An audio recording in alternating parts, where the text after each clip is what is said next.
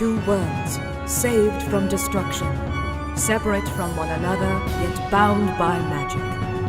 Terene, the human world, and Fehu, a world of magic. These worlds may have been spared annihilation, but there is still work to be done. People to protect, places to visit, and adventure to be had. Welcome to Fractured Worlds, Guardians.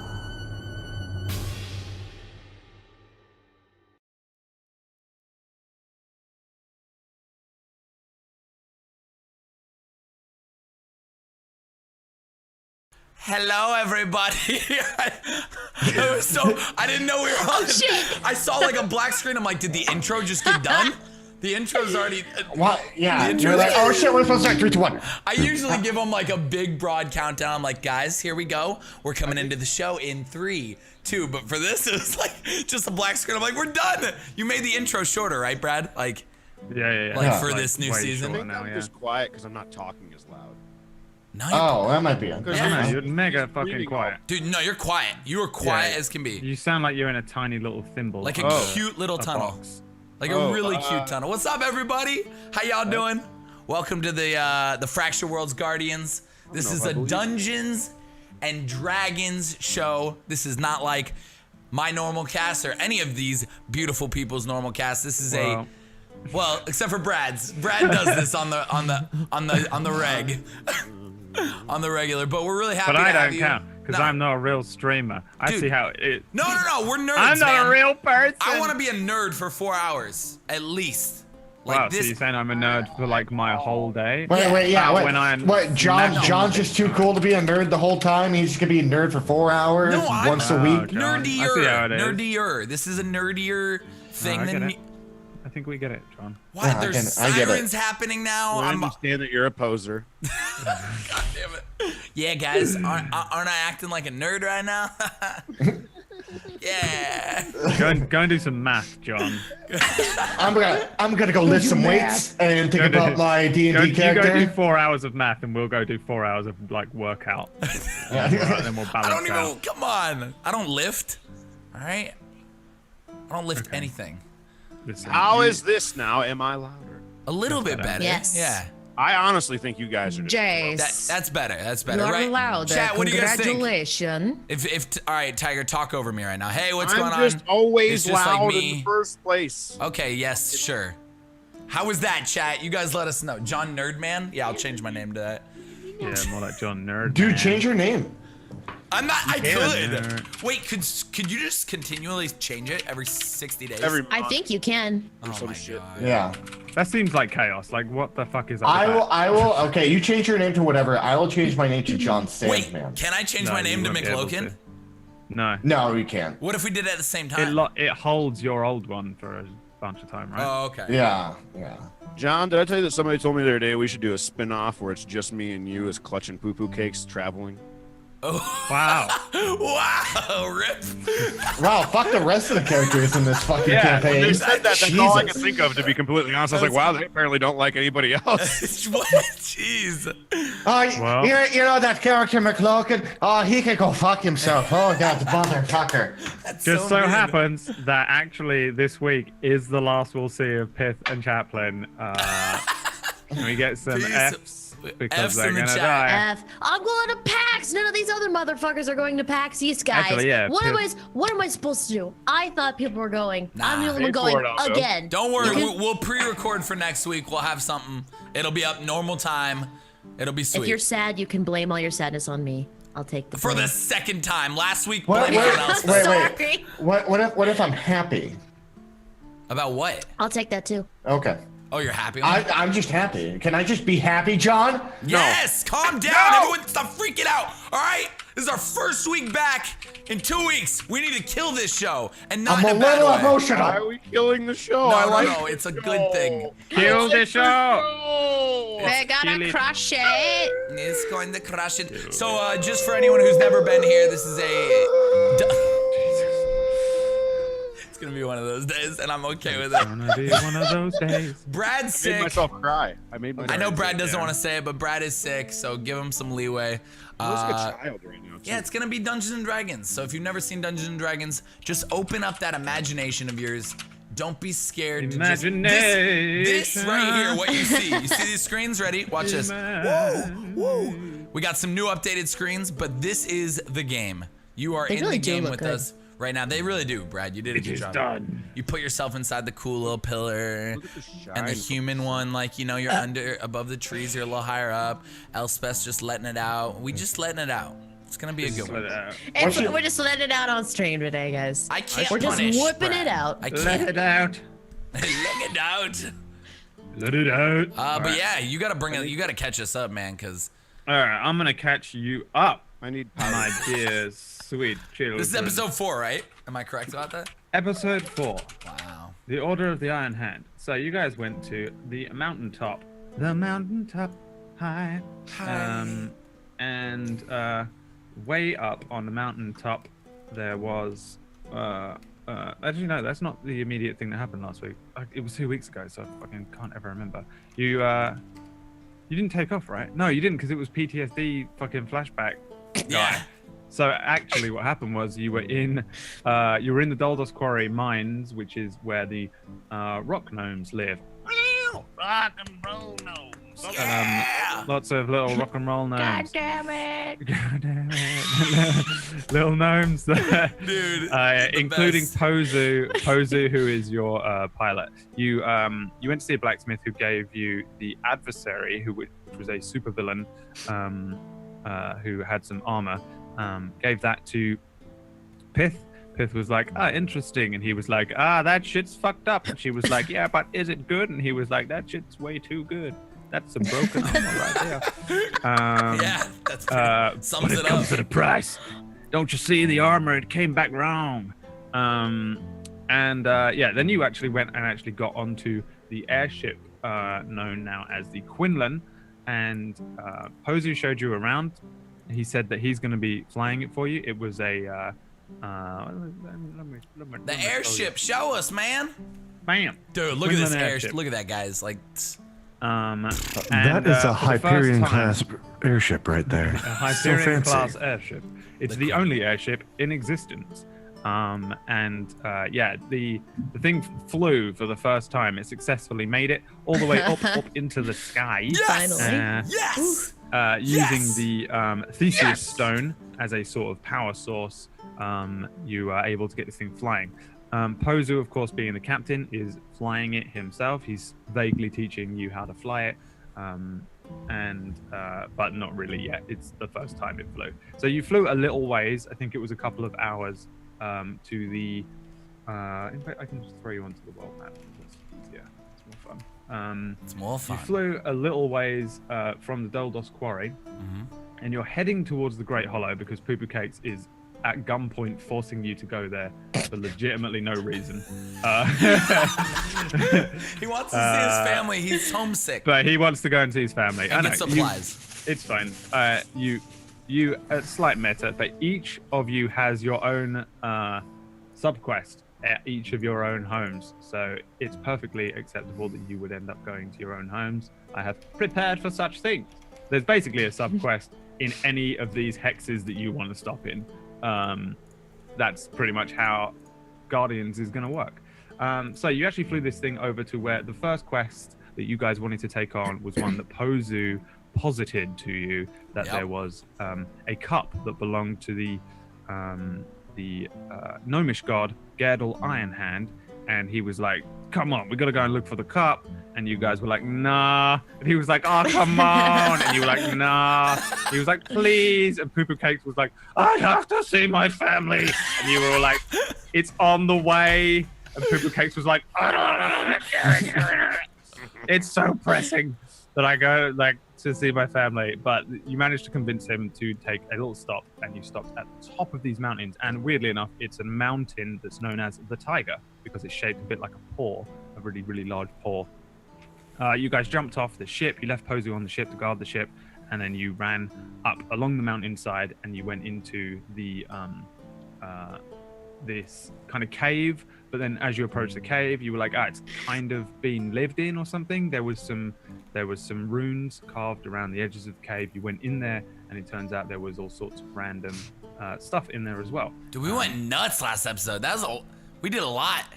You did a lot, weirdly, yeah. Tigers. You went in there, and there was. Oh, you're showing us the dead bodies. Thanks a lot, man. There was some stuff. Well, they're still there. That's the thing. They haven't moved, so I don't know if you want to do more to them, even though you've pelted them and taken the stuff off them. Actually. Oh yeah, you and I are further up, right, Elspeth? Yeah. I'm gonna. Or I'm back there, I think. Oh, who Pupu, came up? He's with me. No, me. Essentially, Pupu. you encountered some. You're where you're supposed to be. You encountered some white lion type things. They were like a saber-toothed tiger meets a white tiger kind of thing. You fucked them up.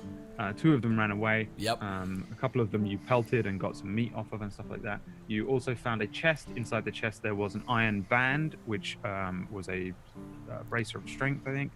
And we're back at the cave. Yeah, we're back at the cave. Cool. And there was a set of robes as well, which had a symbol of an iron band on them that I think Pith took. No, Poo-Poo No, the gets robes. them. That's on There my was some, wrist like, right there was now. some, like, the ropes, basically they're like Jedi robes. That's what they look like. I don't think I took them. I think Poo-Poo took them because they would benefit him the most. No, Right? the robes. The robes are just straight up plain robes. Motherfucker. Yeah, you have the robes. I have that brass band. I do? feel like Pith took them. You don't even have to have them. They're just robes. Okay, They're not okay. magical robes. Alright, sweet. Up to you. You can have them or not. Whatever. I will They take were in. them. They were in the chest that you're still stood next to. On the other side of the cave, Clutch and Chaplin were like, "Hey, let's go and explore this other room." Inside the room, there was this really long table. There was all sorts of stuff around the room. The room looks like it hasn't been lived in for some time. Not super long, but it looks like no one has been here for a while. There's a thin layer of dust, not all over the place, because this is where the cats were living as well for a little bit.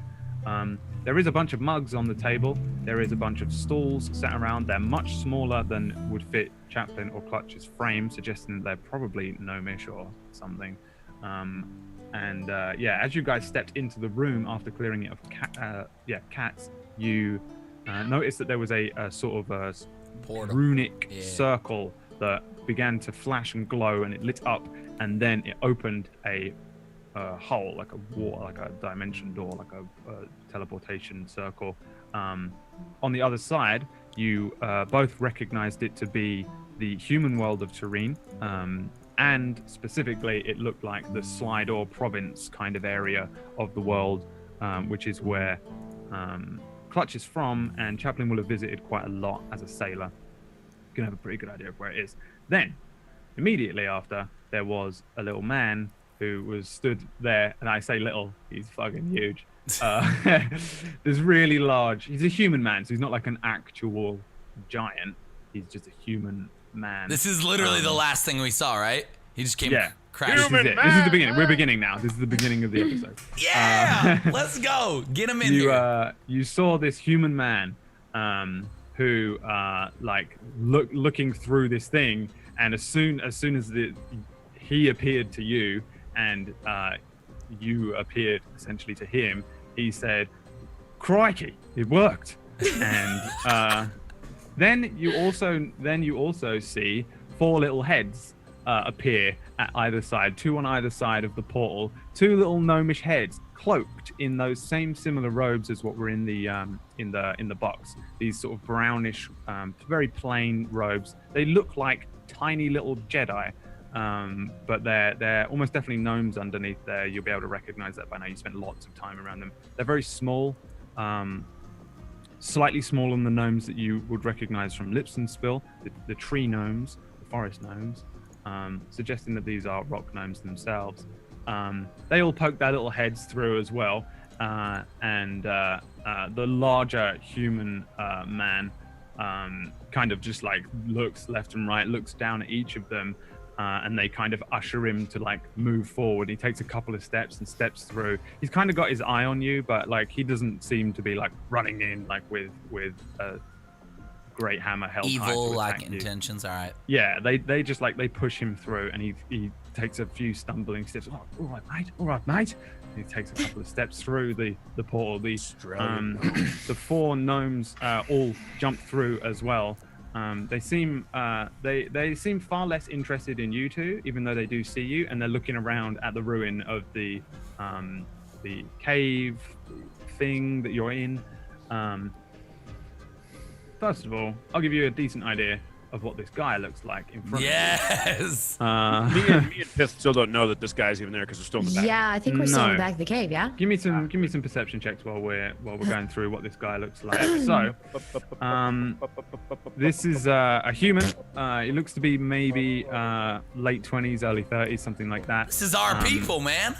He's he's actually a human. He's got a really fucking huge hammer that he's kind of just holding, dragging with him. On one hip, he has a sort of flail, like a chain maul kind of thing. He's got very thick, long, luscious brown hair, a very thick beard, lots of scars all over his body, which suggests that he's kind of a fighter. A single sort of shining armored pauldron on one shoulder, which is quite nice, quite well made, though it is scratched and bent and broken in places, sort of fairly used. A nice waist piece with a bear emblazoned upon it. His chest is like scarred, but bare as well. And he, as he steps through, he starts to, oh, bloody cold up here, isn't it, mate? Then each of the gnomes like steps through, looks over at you, and they okay. These four little gnomes, okay? Yeah. they look. In fact, you two give me perception checks as well, right. Clutch and Chaplain. This is a big room, realistically.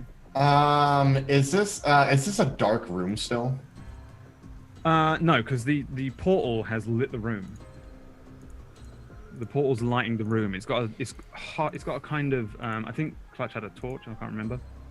I would hope he did, because otherwise he wouldn't have been able to see anything. So we'll just assume that he has a torch. Yeah, I pulled out a torch for sure. It's now mostly lit by this runic portal.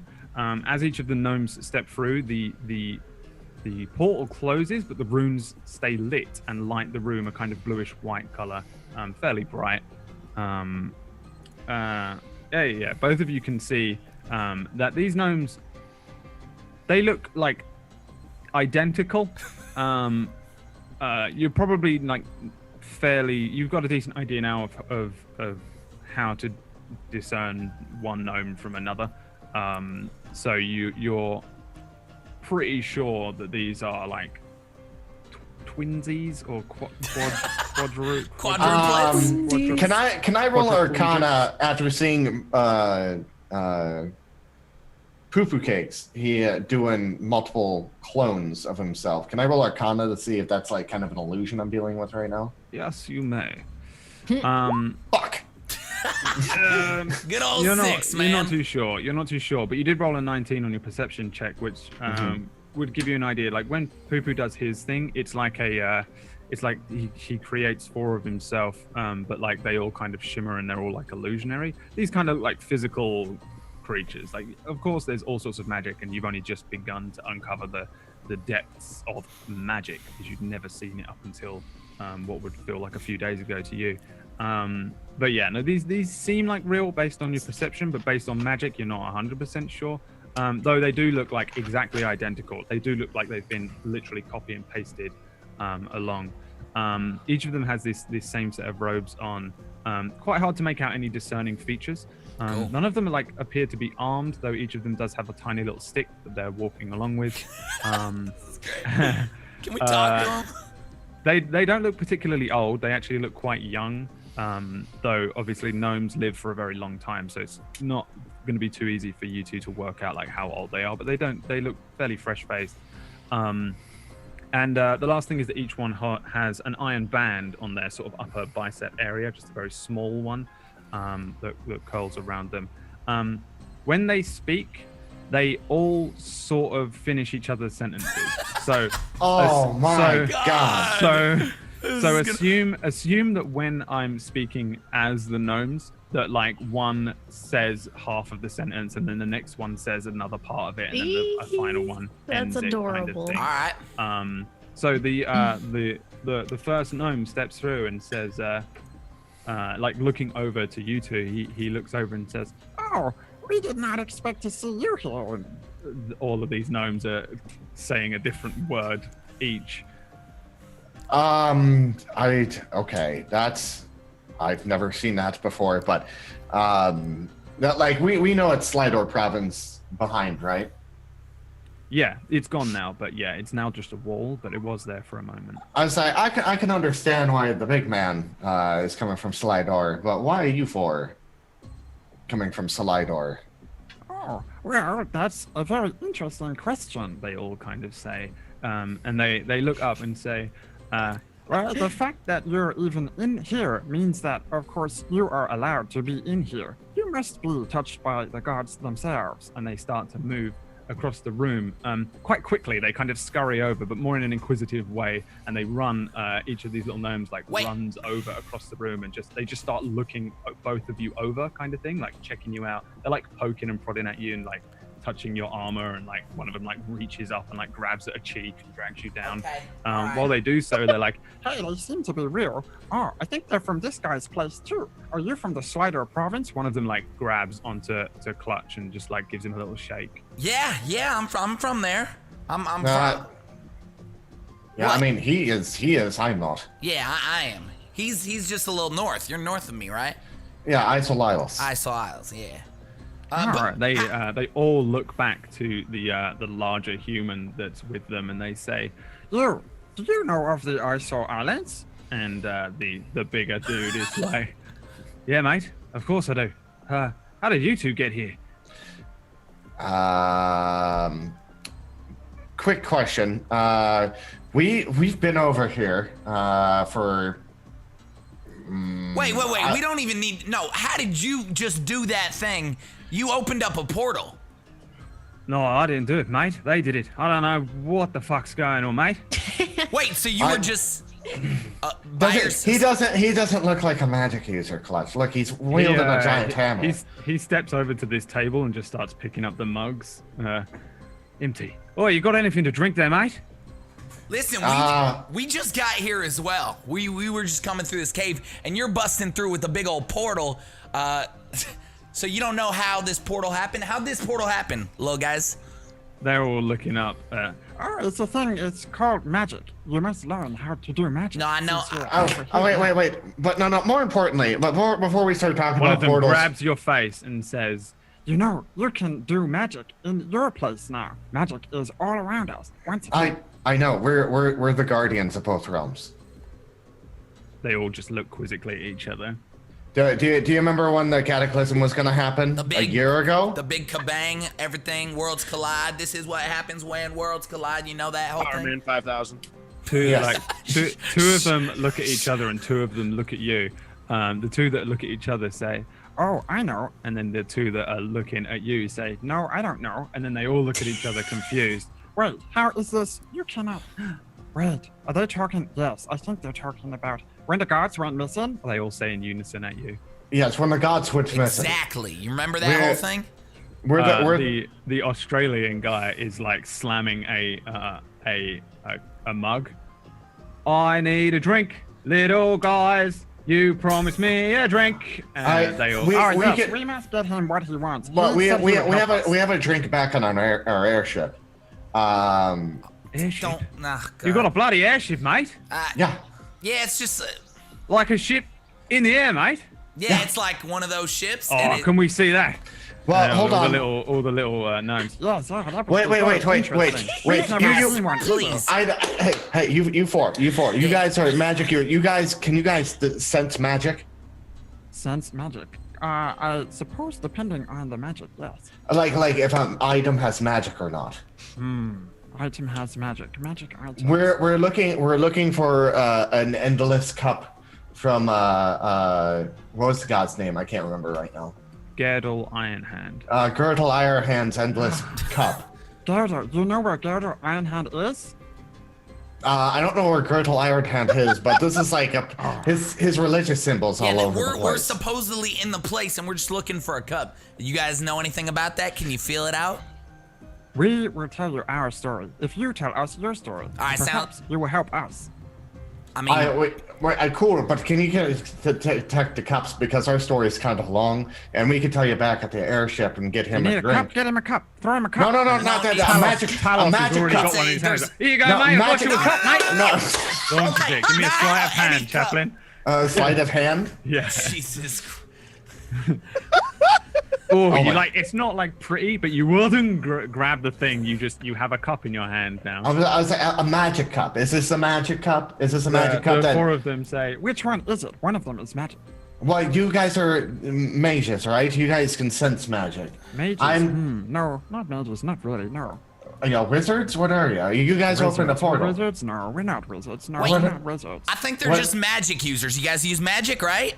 We sort of use magic. Magic, Can I you suppose. can you yes, we do use detect magic or something? We can detect types of magic types, yes. Can you find? Is there anything magical in these cups? Any of these cups in this room? One has been touched by the god. Which one? Which one? Just Which point one? to it. roll me a 1, 2, 3, 4, 5, 6, 7, 8. Oh, no. D8. Who? Doesn't matter. Chaplain. Alright, Chaplain. Chaplain. 3. El Chaplain. Who's Chaplain? One of them jumps up onto the table and runs over to this cup and points at it, but the other three say, That one it is. That one there. I'm gonna walk up to it. Can I roll Arcana to see if I can sense any magic from it? you certainly can. You may also roll religion if Wait. you want to try it. Yeah. I will do religion since I have more points in it. I'm gonna roll religion. 14. You have spent a lot of time dealing with celestial shit, Hammer of God, the actual gods. This has the same sort of feel from it. As you get a little closer, this one appears to be like a little bit more nicely made. They're all kind of brass-looking cups. This one looks like it has some like very small gold inlays just around the lip and around the bottom. I'm gonna start speaking Celestial and be like, if I'm going to take your cup now. What's the fucking god name? I can't remember it for instant. Girdle, Iron Hand. Gertle. I'll tell you. Gertle, I'm going to be taking your cup. Wait. If with your permission. I'm speaking Celestial, so it sounds crazy as fuck. Girdle Iron This Hand. sounds insane. And then looking at it, it's like I think we have the cup. The all four of the gnomes just like snap their heads around and watch you while you speak, and then as soon as you're finished, they all go, "Oh!" And in Celestial, they speak, Speaks the language of the gods. Speaks the language of the gods. and then they all run over to you. Where did you learn it? How did you know it? This one doesn't know it, and they're speaking in common again, but they're pointing at the huge human who's still standing there, just like, "Oh, they promised me a drink, you know. No drink in my hand." And they're all like looking up at you. How do you know it? How do you know it? Well, we can walk and talk about that. It's in my bloodline. But Wait, Chaplain, did you get the cup? I have the cup Should right I here. grab these other cups just in case? Sure, let's do it. All right, I'm gonna pick up the three other cups. Plus, we need cups on the airship. I don't know if we have any. True. I mean, I'm sure There we are do. definitely cups Yeah, there's on the tons, but airships looking no cups. big deal. So can I pick But up these are brass. They might go with Can I everything. pick up Let's the three grab other these. cups? As you like go to pick up the cups, Yeah. one of them like looks at you and says, Hey, that's my cup. Wait, I'll. What do you mean? That's my cup. Do you really want it that bad? That's my cup. You want to play a game for it? Yeah. All right. What kind of game you want to play? You want to play 2 or 3? Let's play Fizzy Body. All right. How you play Fizzy Body, man? You stand here with me Okay. and close your eyes. I don't like this already. Are you gonna close your eyes too? Tell me the full rules of the game. the other three. Fizzy Body, close his eyes, close his eyes. Okay. I'm gonna close them. Don't steal it though. You can't just take it. There better be. Chaplain sees the little guy just pocket the cup and jump off the table and run away. Look at Fizzy Oh, Body. come on. Is there any other cups on the table, or they take them all? There's quite a few. The other three grab their cups, and then there will be. Let's see here. So there is. Chaplain has Girdle's cup. Then 1, 2, 3, 4. So there are. Fuck me. There are 3 more that you can take. You can take 3 3 brass. I want them. Yeah, I'm gonna take them. Okay. Just in case they're holy. I'm gonna keep walking. I guess these other 3 gnomes are following me. I was like, Clutch, if you want to get the other 3, I'll bring these guys to the airship. Where are they going? Can I use Should we go with him or do we stay here? We're supposed to stay here. Where do we go? why are you supposed to stay? Oh, we don't know where to go next. It's up to the Iron Hand. It's up to the Iron Hand. And they all point over at the big human guy who's he's sat in a stall and looks like he wants to die. Did he get it? Sir, did you get a drink yet, man? I might come down and sit next to him, or like stand next to him. Listen, mate. Yep. I need a drink. This has been the most crazy day, and I've just come from Slidor to a cave that's cold, and I don't know where I am. Wait, so did they tell you they were gonna take you here? Or did you just They told me that they want me to help them out, finding something. I don't even know where we gotta go, what's going on. As soon as we step through this, they run over to you. They were supposed to be telling me what's going on. They promised me a drink, they promised me food. Wait, so why would you go with them? Don't you have a family back at home or something? Well, yeah, I suppose, but they did get me out of the pits, so I sort of, they said they'd get me out of the pits. I said, I'll help them out finding this girdle fella. So they're looking for somebody? All of the gnomes. Girdle Iron Hand goes missing. Here we go. You notice? No, I haven't heard. Girdle, he's missing. Didn't he die? All of them look horrified, and then they... Well, he can't be dead. If he's dead, we're dead. Yeah, if he's dead, we're dead. No, he's not dead. I don't know that. That's what I thought. Chaplain, did you hear? I don't know if he's dead. I don't think he's dead, but I don't know why. That's Wait, is Girdle? He's a person, correct? Not a wolf, right? This No, gnome, he's a gnome runs out of the room sniffing the air. Oh crap! Oh god. Piff! Piff! Poo poo! A little gnome's coming to you. Don't be scared. What? Do we hear this? You hear that, but you also see at the far end of the the area where you are at, you see this little guy running down. He's got those little robes on. He's got these big, bright, gnomish eyes. And there it is. I can smell another one. Ah! And I stand in front of it. I go, ha! Ah, Who are you? my name is Vizran. Mr. What? Vizran Iron Hand. Where'd you come from? I come from right here. This is my house. This is where I was born. Here in this rock? This is your house. He comes up real close. He comes real close to you, like sniffing. Oh, Where are our friends? you were also touched by the gods, yes? Don't touch me! I smack his hand. He just keeps sniffing you. Did you take our friends? Take your friends? Which friends? Yes. Whose friends? Were there people out there? Oh, yes, there's 2 people. Touched by the gods, they are. Poo-poo. Poo-poo, I think they kidnapped our friends. Get him! And I grab him and I put my arms around him like a hug. Pith attempts to, like, get him in a headlock. He screams and tries to squirm. Give me an athletics check. Do we get advantage since we're both doing it?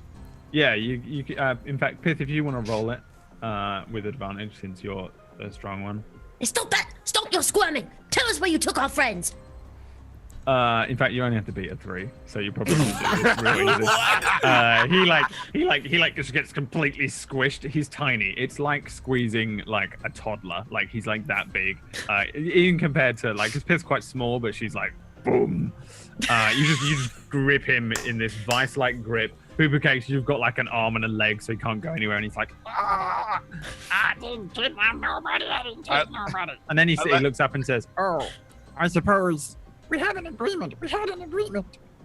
I let go of his arms and I piss hold him. I look at him and I kind of look at him like, what are our friends? Tell me now. And what agreement?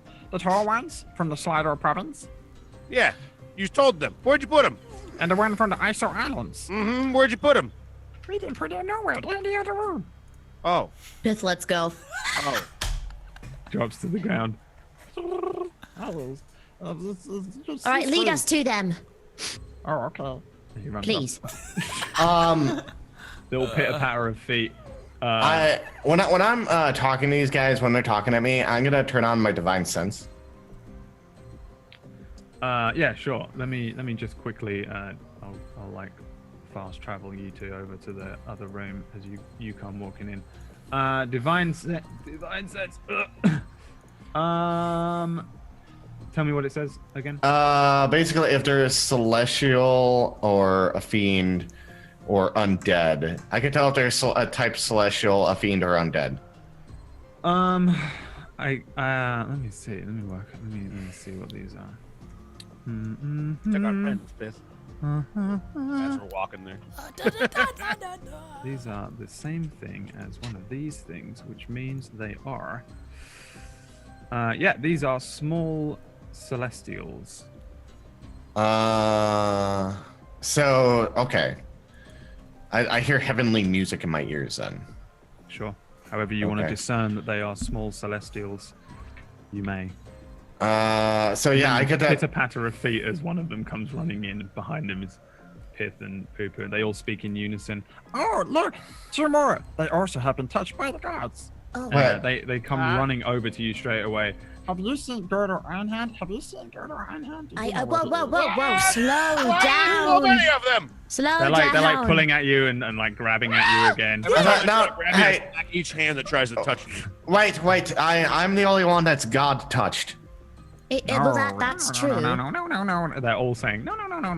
Pith kneels down and says, "Hi, I'm Pith. Hello. Sorry, I strangled one of your friends." They each tickle your fingers. Oh, tickly fingers. Yeah. All right. Hello. Wait! You guys are some form of celestials. He knows it. How does he know it?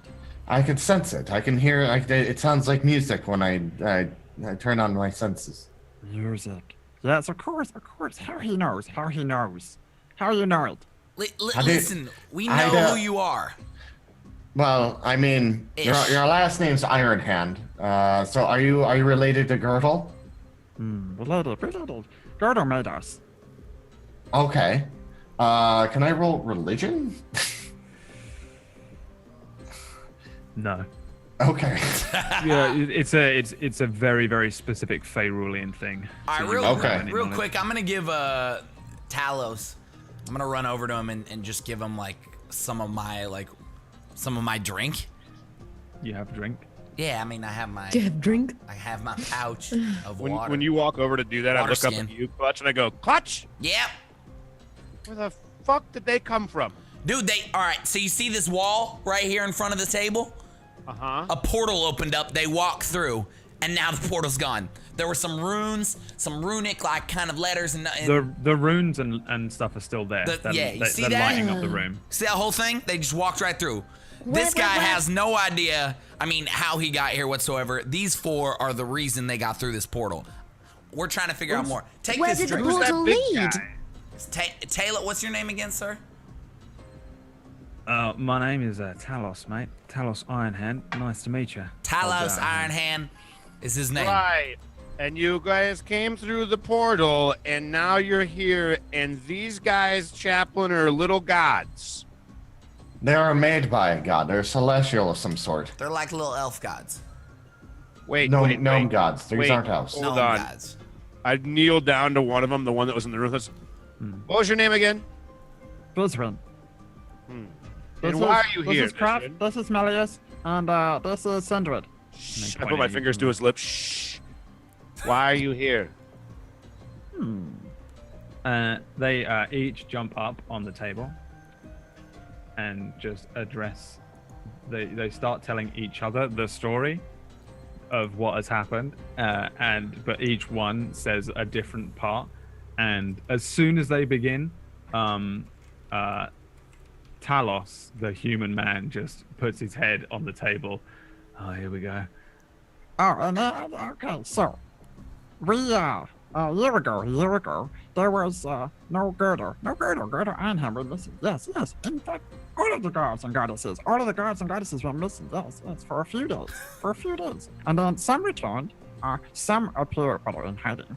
Some are unsure of, but Gerdo has not returned. He's not returned. And they all look over at you. You don't know where Gerdo is, no?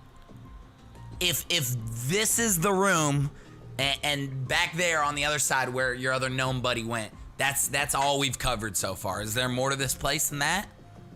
No, this is the Order of the Iron Hand. This is the Order of the Iron Hand. Dota's quarry. You know it? Wait. So you came. I like Clutch. So they came through a portal with Big Guy. Big Guy, yep. They're here. They're apparently celestial. I look at Chaplin. They're telling us the god that disappeared last year when the crystals that we had were going on disappeared and never came back. Is that right, little guys? They carry on. We waited for some time here before deciding it's time to leave. They all say in unison. To find Gerder. Without us, he is without his most powerful weapon, the Hammer Song, and they sing it. The Hammer Song. And we traveled. First, we went to Lipsenspear. Do you know it? Mm-hmm. Yeah, we know Lipschen. How's Lipschenspiel? Well, we're knights of Lippenspiel. You're not a Lipsenspear. They're not a Lipsenspear. This is great. See, hold on. Smith has slowly been making her way over to the table because she hasn't been hearing what the gnomes are saying because she's trying to get this guy's attention. She's just been staring at him from across the room going, wow. He's got the water skin. He pours it out a little bit. Is this water, mate? Did you just hand me water? Isn't that what you wanted? You said you were thirsty for a drink. Appreciate it, mate. I wanted something like hotter than water. You know what I mean? Poo, you got any extra? Anyone got any alcohol? If I had any extra, I wouldn't give it to you. Mead. All our drink is on the ship. I didn't bring any with me. Yeah, we would have to go to the airship, but I still don't understand why they chose you. And the gnomes are already still speaking this whole time. They're just standing there talking to each other, and they say, in Lipsenspear, we found the Order of the Iron Hand there. Yes, we found the other Order of the Iron Hand. So fat. They're so fat. And they start shaking their heads and kind of acting strange. And then they have not seen or heard of Greater Iron Hand either. So then we travel to the halflings. And they all look over and down at Pith. To the halflings. One of them taps you on the head with his little stick. Not hard, but he's like, this one is a halfling. Yes. Well, yeah. Sorry. Yeah. Sorry, I'm a halfling. They have not seen him. And then they all kind of shake their heads again. They have many problems to deal with, so we scurried away. And then we traveled to the elves. And once we were granted access, we spoke to the ancient one. And they all shake. Wait, the ancient one. I got a headache. I have a headache. This is so scary. These guys seriously never shut up, do they? Yeah, they're all just like. Wait, who's the ancient one? What? His scary eyes like galaxies in the eyes. And then they just carry on speaking. They told us of a portal that takes us to a magical land far, far away. So we went to the magical land far, far away. And we found ourselves in Celis. They all say in unison. Talos kind of waves his hand over it at Clutch and at Chaplin. So Celis is a place that you'll recognize in the Slidor province. Yep. Fuck it. Let's just show you. Might have to zoom in a bit. Over here, ignore Hyperion. I just needed it to be put somewhere. Over here, there is you don't need that. Celis, so you'll see it here. Old Gahan being here for you. Yes, my place. Celis is a port town. Peak Port is a huge port town. Celis is a pretty fucking big one, but it's not the biggest in the world. So almost definitely, Chaplin, you would have been there. Depending on whether you did any trading yourself, you probably didn't. I don't know if you would have been way over there. I worked on the ship. I wasn't a trader. You almost definitely would have been there. It's a port trading town. It's up to you whether you want to have been. I can't imagine that you really would have done unless you did any trading yourself. Nah, I didn't travel much. Most of Slidor, so this whole area over here is farms and things, and they send all of their produce over to these two towns, which then sailors like Chaplin show up and sell out to the rest of the world, kind of thing. So unless you did your own trading, I doubt you really went there. Chaplin, you'll know that Celis is kind of a it's a mixed batch of people from all over the world. It's a pretty scummy port town full of lots of mercenaries, merchants, and things like that. There's tons of taverns and brothels and stuff, and it's a huge trading hub. for the Slidor province, but like kind of unruly. There's not really much law there. It's fairly lawless. Cool. So that's you'd know that knowledge as well, Clutch, but you might not know it from like firsthand. So with that knowledge, the little gnomes continue their little tale. After they all in unison say Celise, they all point over at Clutch and Chaplin and Talos and say, Tall ones, which look like you. And Celeste, we found ourselves the Iron Hand. And he gives a wave and he says, Yes, they tell us of the Iron Hand, a pit fighter. So we was like, yes, it's probably him. It has to be him. It has to be him. They all like start to like move around in circles. We walk and we try and find. We don't know what we're looking at. Big people, they looked at us strange. Some of them tried to catch us, but they can't catch us. Hard to catch. And then they stop again and they say, Hazu, we found him. and they point over at Talos. But it was not Gerdo. His name is Talos Ironhand. We were wrong. And Talos is just sitting there like pretty much what they said. And the big human dude carries on for them. He says, listen, right, I was fighting under a contract in the fighting pit, trying to make myself a little bit of gold, when these little things show up, start calling me Girdle Ironhand. I said, my name's Talos. They looked sad. I felt bad for them. I said, listen, I'll help you find him if you help me get out of this contract here. And he pulls a little scroll out and like opens it up, and it's just a load of writing that suggests some sort of contract that he was under. He says, well, they only went and bloody did it. They granted me this thing known as the Power of the Hammer Song. And he says, it's something special, that's for sure. He's kind of like looking over at the gnomes, and then he says, well, in a jiffy I was out of that contract, went out of the Celise pits, hoped to head home, but these little fellas said that they wanted a hand looking for this girdle. I said, tell you what, that's an intriguing story, mate. I'll help you out. Take me up the hill, stand there, they draw a circle on the ground, I click the circle, here I am. The little gnomes are all rounding around in like a perfect circle now. We crafted a teleportation circle, one that would bring us back here, and we asked Talos to activate it to see if he would be granted permission to enter. How did you get permission to enter? And they look over at you. I mean, we just walked right in. I mean, we took our airship up here from Dolbus Corey. They made it for us. The runes did not stop them. The runes did not stop them. Well, I mean, what runes? Runes at the entrance, well. We did not see them. They did not try and stop you. Well, I mean, I am part celestial, so maybe they didn't activate because I was there. Touched by the gods, all of them. Yeah. They all like hop down off of the table, each one running up to like each one of you, and they say, tell us, how did it happen? How did you become touched by the gods? Hold on! Stop talking to these little turds for a minute. Firstly, you made a teleportation portal and you knew you were coming here. You're looking for the god. We don't exactly know where the god's at. We came here to look for a cup. We are trying to find that cup. We got the cup. You are slowing us down right now. How about I invite you to my kingdom and we go talk about it there, because obviously there's no reason to be here. And the longer we're here, the less I don't get a chance to see my no, Talos, you might want to go there. They have really strong whiskey. Yeah, I'll give you whiskey, come with Talos. us. well, I'm sort of working for these little guys now. So They might find something with Iron Hand at the Seder Village. You guys been to the Seder Village yet? You been to the Great Tree? I have no idea what he's saying. He just kind of like says over to Clutch, what the fuck is a Seder? The little gnomes are all... Saders, is the girdle there? Sader! Yeah, I don't know. Yeah, you know what? He might be there. We don't know. He might be there, be. but It's a possibility. Which tree?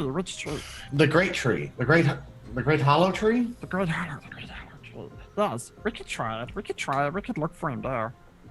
Is there any way you could just call him if we yelled out, or is there a chant? We tried it. We always know where we can find it. We always know. Usually he can call us. Click on the fingers, and we're in his hand. But for some reason he's not? But if he died, you'd be dead, correct? If you're dead, we're dead. I think. You think. We think. I bend down to the little one in front of me. Yeah. Grab his hand if it lets me. Yeah. Listen, you guys don't ever shut up. And what I need you to do right now, That's shut familiar. up for a minute, get your things together. I go back and I look at the portal. I touch the wall where the portal was at. Don't do that again. Come with us. Come get on our airship. We'll take you to my home. We'll feed you. We'll get Talos real drunk. And then we'll see if we can help you find this god, because that's a little concerning, don't you think, guys? Very concerning.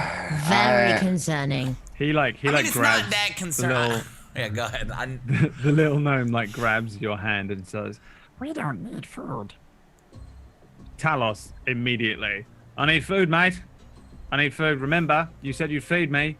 You said you'd feed me, mate. And they're all just. Ah, yes. He needs food. We get him food. Then you come with us, Yeah, right? we got food on the airship. You guys come with us. He keeps us safe. Is it- Keeps us safe. Okay, is there any like chests in here or any other than the cups on the table? And There is a big chest, yeah, over at the back of the room. It is. Where? I'm gonna go open it as they're talking, and I'm like, I'm with you. I'm like just opening it and seeing what's in there. In there is lots and lots and lots and lots and lots of gold pieces. Yes. It's just a chest full of gold, and they're all looking over at you. Oh, yes. Useless, isn't it? Yes. Well, we can use it to do.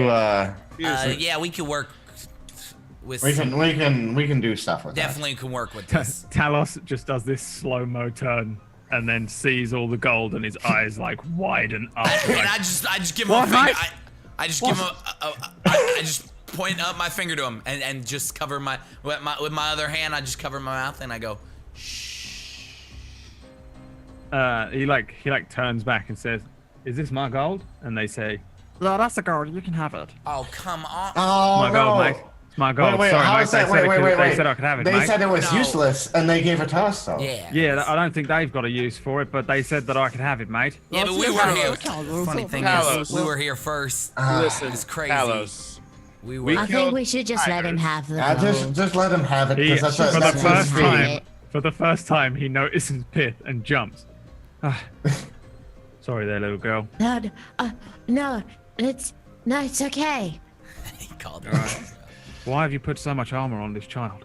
He looks over at Clutch. I mean, that's I'm not a child, actually. No, you're not a child. Now she.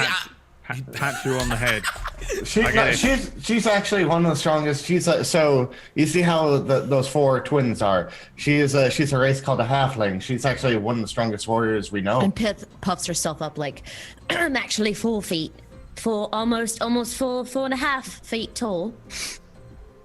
So wait, there's more than just these little creatures that live here? Oh, there's so many more. Well, I mean, look, there's a man who's half goat. I have seen. He is half goat. Yeah, you're half right. goat. There's dragons. There's so much. You The are. fuck is a dragon, mate? Everyone here is gonna call you an ugly elf. Well, Yeah. it's been a year. I don't know how well people have been crossing over. There is so much you need to learn, man. There's so. I've seen an elf. What? What? Yeah, I had to kill an elf in the fighting pits. Oh, wait, whoa. The pointy ears. When we Yeah, first they've been came capturing here, all sorts of creatures, mate. There was one thing that could turn people to stone. Shit my bed. wait. They're capturing people and putting them in the pits. Yeah, it's pretty awful, mate. Wait, this is Well, this happening. just gets to be more concerning, doesn't Yeah, it? And also, what? speaking of It this, sounds like we need to go to Tareen because there's orc slavers, and now there's people fighting in pits being captured from because people Faerul. don't understand the other world. They don't get it. So Over as here, it's soon- not weird to look like us. Yeah, his name's the Collector or something. offered me a lot of gold to you fight say the some collector? interesting animals. And his name's the Collector? That's all I ever got out of him, mate. All right, we Wrote should up add a that to our... contract, signed the contract, and then he threw some weird shit at me every night till these four showed up. All right. Well, can we just hurry this up? Can you grab Can you grab this big chest of your dumbass gold, and can we go to the airship, please, gentlemen? And He hefts it up like really easily. He's like mega strong. He's like huge arms, like rippling. He's there's a chingling. I was going to help him, and like 4 gold falls out, and he doesn't see it. I pick it up real quick. Okay. He's like, right, we're going with him then. And Yeah. he like looks down at the little gnomes, and then I'm Yes, like, we're going to the tree. our ship's this way. I start leading him to the ship. Jesus Christ. we start walking let's go over. then. He looks down at Pith. Right, I suppose you're coming with us then, are ya? Yeah. That's some fine armor you got there. I'm Oh, surprised they let you wear it. do you like it? What are you, some sort of noble? Come from a noble family, get some nice armor, and train you with the sword. Pith starts coughing uncontrollably. Yeah, sorry, what? Normally they don't put a sword in your hand until you're a bit older, unless you're a noble. No, I'm not actually a child. Oh, yeah, Sorry. The lady. That's probably very confusing. Right. Are you from Turin? That's right, yeah, I am. This is bloody heavy. Do you need help? I can help you carry that. Oh, no, you're all right, Littleton. Don't worry about it, mate. Okay, all right. All right. Yeah. And he just follows you to the edge of the cave. And Pith is just mumbling like, God, Pith, you're such an idiot. Stop it. He heads to the edge of the cave, and then there's the short but arduous trek back across the mountain area to the airship. We'll assume that you kind of you fast travel there. Yeah, of course. Hold on. As we're getting ready to Lex, I go, did we find the cup? Yes, we found the cup. We might want to hide it for now, because you know who's gonna take it from Oh you. no! We're gonna get back there, and Pozu with these 4 other little guys is gonna be like Oh my sweet the worst thing. We need to like assign talk times, like literal talk times. I'm not. I have an idea, and I go over to Clutch, and I put my arm around him, and I whisper in his ear. I'm like, listen. Yep. When we get back, we're going to put these guys in one of the rooms and tell them to stay there. I like that. That's fine with me. We got like one of that back like pantry area. No problem. Yeah, we'll put them there, and then We'll make it a game. I'll make it a game. I'll call it like Fizzle Pop, and like the game is who can stay in there. Oh, you weren't around for this. They made me. No, you got this. I trust you. All right, Fizzle Pop. All right. So we're gonna go back to the ship now, and we get there. Clutch here's got a game for you for. All of them look up at you. Give me a deception roll. I guess they are kind of celestials, huh? They have stats. Haha, yeah. Fizzy butts. And then they carry on. They just carry on walking as if they don't believe anything that you're saying. They just. Was I not doing it? Oh, it was. Damn it. They don't care. You guys get back to the ship. You see it's in the same place. The rope ladder is still down. Pozu sees you coming a mile off, and although you can't really hear him because the wind is blowing the other direction, like towards him, he's jumping up and down, and he's clearly shouting. And he's just free. You can just see this tiny little form jumping up and down and up and down and up and down on the airship. Once you get close enough, you can hear him shouting down, "Did you find it? Did you find it? Did you find it? Did you find it? Did you find it? Did you find it?" And like as each of you climbs up one by one onto the ship, he's just freaking out, like bouncing up and down, jumping around. I'm glad you're alive. I'm glad you're alive. Relax, Pozu. We're coming. The other 4. Not necessarily with come good with you. news. Yeah, you are back on the ship. Oh my God! Look at how many. It's a ship party. Yeah. So back on the ship, you may continue. Hey, you 4 and Talos, come with me. All right, just come with me. and I want to lead him to the back room and downstairs. Kalos is like wide-eyed, absolutely just like, whoa, this is actually up in the air. This is unbelievable, and it flies around. He's like whispering down. Yeah, trust me, that's what we said when we saw it. This is, I feel like I've like lost my mind a little bit, but like I've been hit a couple of times by these little fellas, and like I'm pretty sure I'm not dreaming. Oh no! When me and Clutch first got her, I mean, there was a lot of learning we had to do because no one from Turin had ever been over here, and they have not seen anyone from Turin. So we were called ugly elves a lot. Actually, I was called an elf. He was called an ugly elf. Well, I've seen some weird shit. Yeah. I saw a thing called I had a friend. He was a drow. You know what a drow is? No. Nah. Can I roll a history check? Because What's I'm it? pretty sure. I think you've talked about it before. You so. straight up, you and Pith know what a drow is. Yeah, But we don't, right? It's a dark elf. They're generally evil as fuck. Have we met a drow? You guys have no. we've Okay, never cool. encountered Yeah, I've a never heard drow. of that. But they know what a drow is. They're like evil elves. They roam in packs. Usually, in the Dark Marsh area of the world. You probably won't have actually encountered any Pith and Poo Poo, but you will know what they are. They're just scary motherfuckers. Evil elves, and the elves of this world are not particularly nice anyway. So these guys are fucking well evil. The stuff of nightmares, shamanistic, cannibalistic, tribal, the drow. Oh. The drow. And yeah, he says, yeah, I had a drow. I had to fight with him a few nights. Didn't make it. It was pretty wild. But didn't know that things like ships could fly. It's like, No, actually, this is the only one. it's the only one. Yeah, it's one of a kind. It's got it?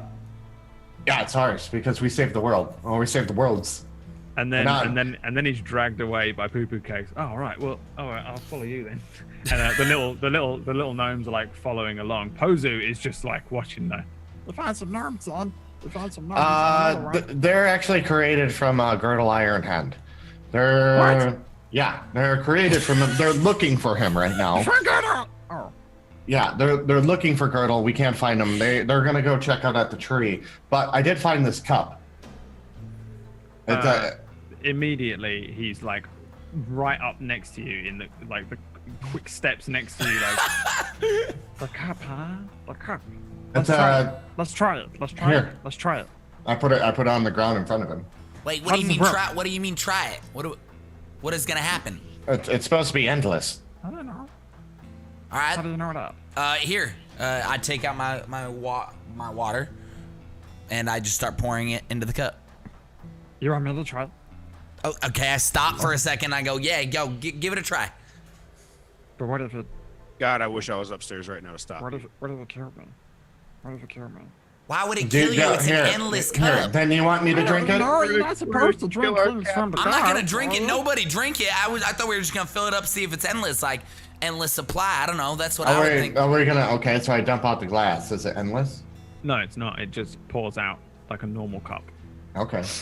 Well, it is a magical cup. I don't know what it does. You want to? Yeah, I mean, we can keep it somewhere for safekeeping. Is there I somewhere want on to the? drink from it. No, you're our pilot. What if something happens to you? Yeah. What if something happens to me? No. I might grow in size. You're What not if I gonna. turn into a bear? I'll be the most powerful bear of all time. Yeah, But then yeah, who's bear gonna- can't fly the ship. Who's gonna fly the ship? This is I that. can be, I'll be a super bear. No, you're a very Pozu. Listen to us. You're a very. Look at me, buddy. You're a very important part of this whole mission. And if we lose you, we have nobody, and we can't You do drink anything. from the cup. Me? Yeah. You're not I'll an drink. I'll important drink part from of the mission. cup to make you happy. How about that? Here, fill it up. I have a celestial I fortitude. think this Let's, is a bad idea. I really let's fucking do it.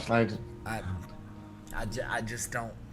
Okay, fill it up, or I'm gonna All fill it right, up. all right, Pith all right. stands there and just crosses her arms and just looks on like disapprovingly. There you go. Okay. Bottoms up. and I Bottoms up. swig back on Oh it. my god, this All is right. so. Underneath the ship, Pooper Cakes is leading the 4 gnomes and Talos. No! Come on! I can't bother to keep flipping between the things, but No, yeah, that's fine. You are leading him along. There's the different rooms. You can go up and down on this sheet for your own reference, just to see. But you're like leading them along where to? The area where the big area where they can relax and sit down and shh. All right, so you're just chucking them in there. Yep. Okay, they all just sit down. They're all talking gibberish just constantly. Talos, like, as you leave, he like grips your arm and says, "Listen, mate, please get me a drink, something hard." Let me look and see if I have anything, but if we don't have anything here, it won't be long till we get to the tree, and I'll get you some good drinks, because I'm going to be honest with you, I'll drink with you. It won't be long. I bet you I could outdrink you. You know that? He says, "Appreciate it, mate. I've spent 2 weeks with these guys." Oh my God. And I go to him, I look at him and I go, "Quick, guy, come with me real quick and ask them to stay in here." Right. I'm going to go and scout out the ship, make sure there's no trouble, right? You boys stay in here. Oh, okay, yeah, okay, we're gonna stay in here. They just carry on talking amongst themselves. He like walks out and closes the door. When he comes out, I look at him, I'm like, "Come here." And I take him over to one of the bunk bed things. Yeah. And I'm like, "Get away from them for a little bit. Go ahead and lay down here. It's going to be a little bit of a trek to get over there. Take a nap. You can't hear them, can you? Can you hear them now?" No, like each room is sealed, soundproofed. And I go and I grab I grab a ration for him too, and I give him the ration. I'm like, "Here, just close these curtains and take some time to yourself for a little bit." He lays in the bunk. "Appreciate it, mate. I'll see you later." Yeah, you will. I promise. And I go and I walk away and I start to climb back up the stairs to the top. At the top, you see Chaplain Wretchin. Give me a Constitution, just a straight Constitution check, not a saving throw. Okay. Just roll con. 13. 13. If I get to the top, I go, "Is he drinking from that cup?" He drinks from the cup. He Okay, drank so from you, the cup. For like 1 moment, you feel like unbelievably sick. It is crazy how immediately you feel ill. It's like as soon as the first drop touches your lips, you're like, "Oh, I feel awful." Then you start to feel a strange burning sensation as the liquid passes down your esophagus. You are, it feels like you've drunk, you ever drink something like super fucking hardcore hot? Yeah, it's like drinking like hot sauce as it burns through your body. Then it passes almost as quickly as it came on, and you gain 1 permanent extra HP. What? I'm sitting there, I'm like, "Oh, You feel pretty fucking great afterwards. oh my God, that was fucking amazing." Wait. Hold Fill on. her up, I'll fill her up. The cup, was it that good? I felt terribly sick. I thought it was gonna die. I felt a burning, and then it instantaneously was gone, and I feel fucking fantastic right now. Clutch. Yeah? Pith. What? Let's drink from the cup. Wait, but he feels good now, but what if in like a couple hours he feels bad? Oh no, I'm not touching that thing. Thank you. I triple dog dare you, Pith. What are you, some kind of wuss? Oh, Yes. Damn. All right, here it goes. You do it, Poo Poo. Here, I'll fill you Fine, up. give me the cup. Here you go. I take the cup. I look at the cup and I look really deep in the cup and I look at it for a second and I go, And the first thing I do before I do it is I cast Identify on the cup. Oh, do you though? I'm not sure you do. I think it takes like 10 minutes. Drinking from Does a it cost strange 10 cup minutes? we found in a cave. Do you have Or an hour. pearl? Do I have a worth pearl? 100 I still have a gold fucking pieces? pearl because I gotta go back to the tree. Anyways, I just look at it and I go, and I try to cast one. I'm like, oh shit, I don't have a. All right, give me a Constitution check. Just not don't saving fail throw, it. Just a don't check. fail it. I don't I'm think gonna it fail matters it. to you, It's okay. actually. Have faith here, all right? Don't fail it. Just a Constitution check. Oh, 13. perfect. Solid. You, yeah, same thing, exactly the same. It burns like a crazy hot sauce. Burns going down, and then it spreads through your body, and actually you feel fucking brand new. You feel absolutely tip top. You feel like you've had a long rest, kind of thing. It's that kind of feeling. You feel pretty fucking good, and you get an extra permanent HP point, so you can up your HP by 1. How do you feel about that? I thought he was gonna die too. What's happening? Hold on. Give me a little more real quick. Wait, guys, don't Don't overuse the cup though. Like, what if this is, you know? Chaplain, What? come here. Okay, I come over there. Somebody give me another cup. A different cup? Yeah, Here, different cup. give me that cup, and then there's a bunch of cups that we brought I with grab us. the up cup. here. I have the cup, and I I have pour 3. some of the pour. drink from that cup into the other cup, and I go, drink this. The magic cup that we just had? No, this cup I just handed you that is not magical, you dummy. Okay, I drink that. Yeah, it tastes like water. It's water. All right, now. Drink more, poo poo. I take a sip from the cup, From the enchanted cup. from the enchanted cup. Tastes like water. Well, I didn't burn that time like I did last time. See, that's what I walk scares over to me. Pith Maybe- and I push the cup into Pith's chest and I go, just take a drink of this. No, I No, don't Pith, want don't it. do it. Don't do You it. Don't take do it. it. You take a drink of No. this cup now. Listen, I no, feel there's so 2 of us good. who haven't stopped. Oh my Stop. God! Look! It's one-time use. It did something. I feel invigorated, but I mean, if someone wants to drink from it, they want to. If they don't, they don't. Just leave it I alone. want to drink from it. That's it. Yeah, I here run over. goes I a run No, over. drink don't it. give it to Pozu. No. No. Pozu. Oh, shit. Posey. Constitution check. Let's make it a. Please do it on public screen. Roll. Yeah. 9. Oh, no. Posey. Why? What have I done? What I have grab I him, I start done? shaking him. I'm like, you're gonna be I feel okay. You feel I feel good? great, guys. I feel great. Oh. This was pretty great. I feel pretty great now. That was nice. You're Yeah, okay? See? Pretty great, yeah. But Feel what? Okay. good. For a moment, I thought I was gonna die, but now I feel great. Yeah. See, it felt like you drank lava or something. Wow. But then it like spreads out and you feel warm and what, fuzzy. what if Great, something yeah. happens in a cup? What if there's a long area of like an effect that lasts? Exactly. We don't know the long-term effects of this. I think it's silly. Well, then you guys don't drink from the cup. What do you- It'd be Have fine. fun with Yeah, your, I with don't your wanna- cave cups. Yeah, Pozu? enjoy the cave cups, guys. Like I'm. Pozu, could you start Yeah. taking us to the tree, please? Yes, the great hollow tree. Yes, please. Mhm. Okay. I nudge Chaplain. These pussies won't drink out of the cup. I mean, and we're just experienced drinkers. That's all. Yeah, I know, right? Oh, Experience do drinkers. not! I could outdrink both of you. Under All right, the- then drink from the cup. No, I'll drink from another cup. Can you pull the rope up, please? What does There's that a even rope mean? ladder. I got it. I'm pulling up the rope. Yeah, he's already pointing at you. Can you do the mast? Can you get the sails out? Yep, I'm on it. I'm running around doing Everybody that shit. hold on. I'm gonna press the button. I can't remember what it does. Presses a button. The sails unfurl. The thing is pulled up. Posey goes, stands at the wheel again, and then hits a button, and the whole thing just again starts to rumble and shift and shake. It does like a terrible lurch left. There's a point where like you kind of all have Whoa. to hold on. Like this thing feels like it's gonna go like fall sideways and just drop you all off the side of it, and then it stabilizes again. And then just starts to chug forward. It starts to head straight towards the tiger, the mountain that looks like a claw for a moment. He's Oh dear. Oh dear. Oh dear. What? He turns as the thing and it just starts to move, and he just about veers this thing away, and then he starts to move around the side of the mountain. Once it moves out of Drop it. the mountain's way, it's just sort of clear sailing ahead of you. It's just some clouds. The mountains are being left behind you. As far as you can tell, there's like nothing ahead of you guys that's tall for some time. So you guys are heading on out. Yeah. Each hex is a day, correct? Yeah, so it's Dude, a 3-day travel. It's the best is that Tiger was telling them that it would be real quick. We'll be there real soon. 3 full days. Pith descends full days. into the cabin. She can't. Her stomach's just like. As she Yeah, goes to it's not do good. that, I nudge her and I go, "Hey, I just wanted you to know I saw you were looking at our friend, Talon, right?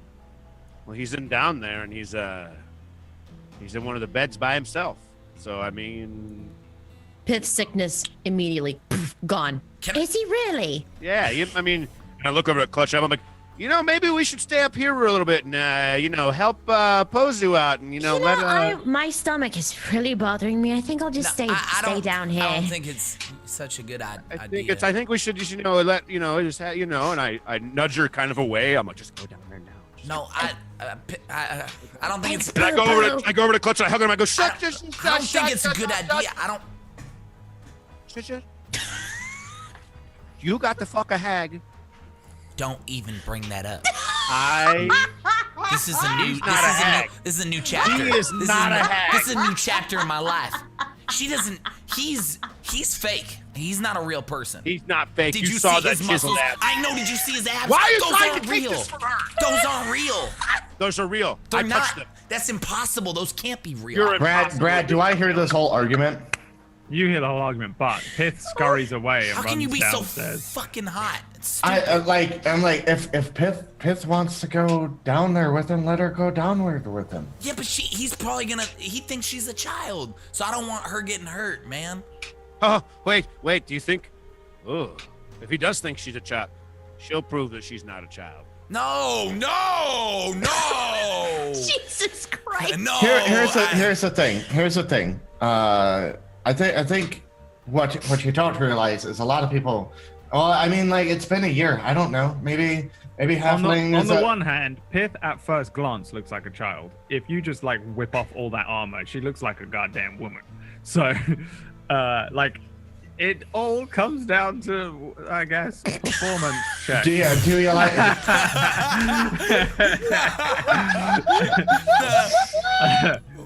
It's kind of a little weird, but technically, Pith doesn't even go into that room. She's too terrified to even talk to this guy. So she just kind of like walks over and sees him sleeping, and then goes, "Wow," and then just keeps walking.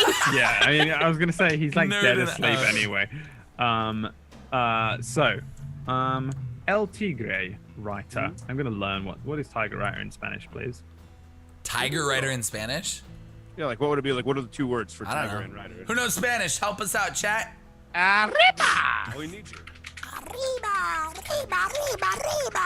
I go over to Clutch one more time again, real quick, and like as we're kind of finishing up the argument, I go, "Listen, Escritor. I never Tigre. meant to offend you about the hag thing, all right? It doesn't offend me. I'm gonna be honest. It was the most beautiful woman I've ever laid with. At first, I didn't know she was a hag. Right. So I'm not even mad about it. It's like, in my perception, she, was so gorgeous, man. You know, it has been a couple years. So go ahead and give me the details then. How gorgeous was she? Oh my God! Like there was just like her skin. As an illusion wizard, I not only know it, but I not only know that entire time she was definitely not pretty whatsoever. So I'm just sitting here going. Yeah, like her skin. Have you ever held a fish Yeah. in your life? Yeah, no, but a good fish. Like one that you caught and it's like you could just slope, like you're just sliding down a You're mountaintop. saying she had scales. No. Like the when it's slimy, but then like it gets cleaned up. Oh, and it was slimy too. And I just turn. Listen, and I'm just like, no. "Whoop." I meant like slopey, like she was very slopey, but not like why? No, you like slid down and you're like, whoa, this is a girl, and like this is fun. You know what I'm saying? Puke a little bit in my mouth. Don't. Why are you puking, man? She was beautiful. I swallowed. She was scaly. She No. was slimy, and she was lumpy. None of the above. None of You what just said. I said. I look over at Chaplin. Hey, I don't know what you're trying to describe, Clutch, but you're doing a terrible job. Okay. He's trying to describe that hag he had sex with. He said. Oh no, I know what he's trying to describe, but that's like no woman I've ever laid with. Okay. So Well. that's and if I did lay with a woman like that, maybe if my penis turned into Hydra, I'd understand.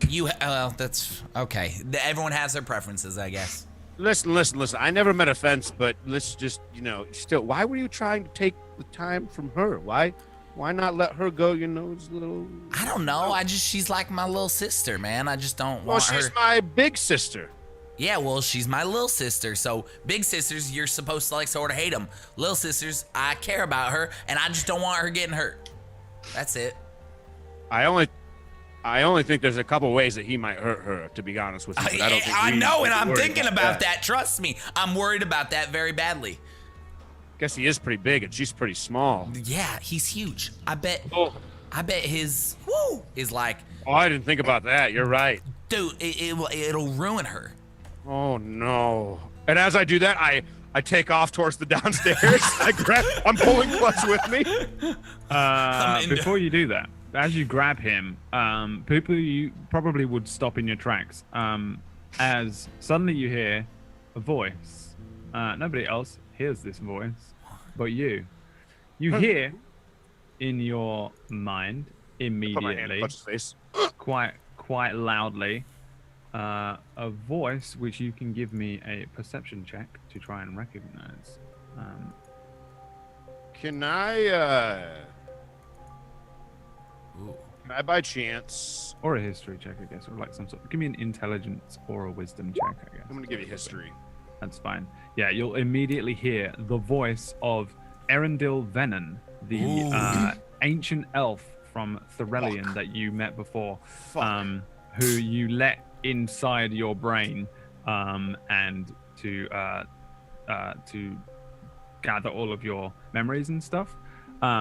He says to you and you alone, there you are. I thought you were dead. And that's where we go to a break. What? No. I thought you were dead. Oh no. Yo, that's awesome. This is bad. We'll be right back. This is bad. Thanks everyone for watching. Go grab yourself a drink or, use the restroom or whatnot. We'll be back in 3 to 5 minutes. Love you long time. Love you long time. Bye. Bye. For 3 minutes, 5 minutes.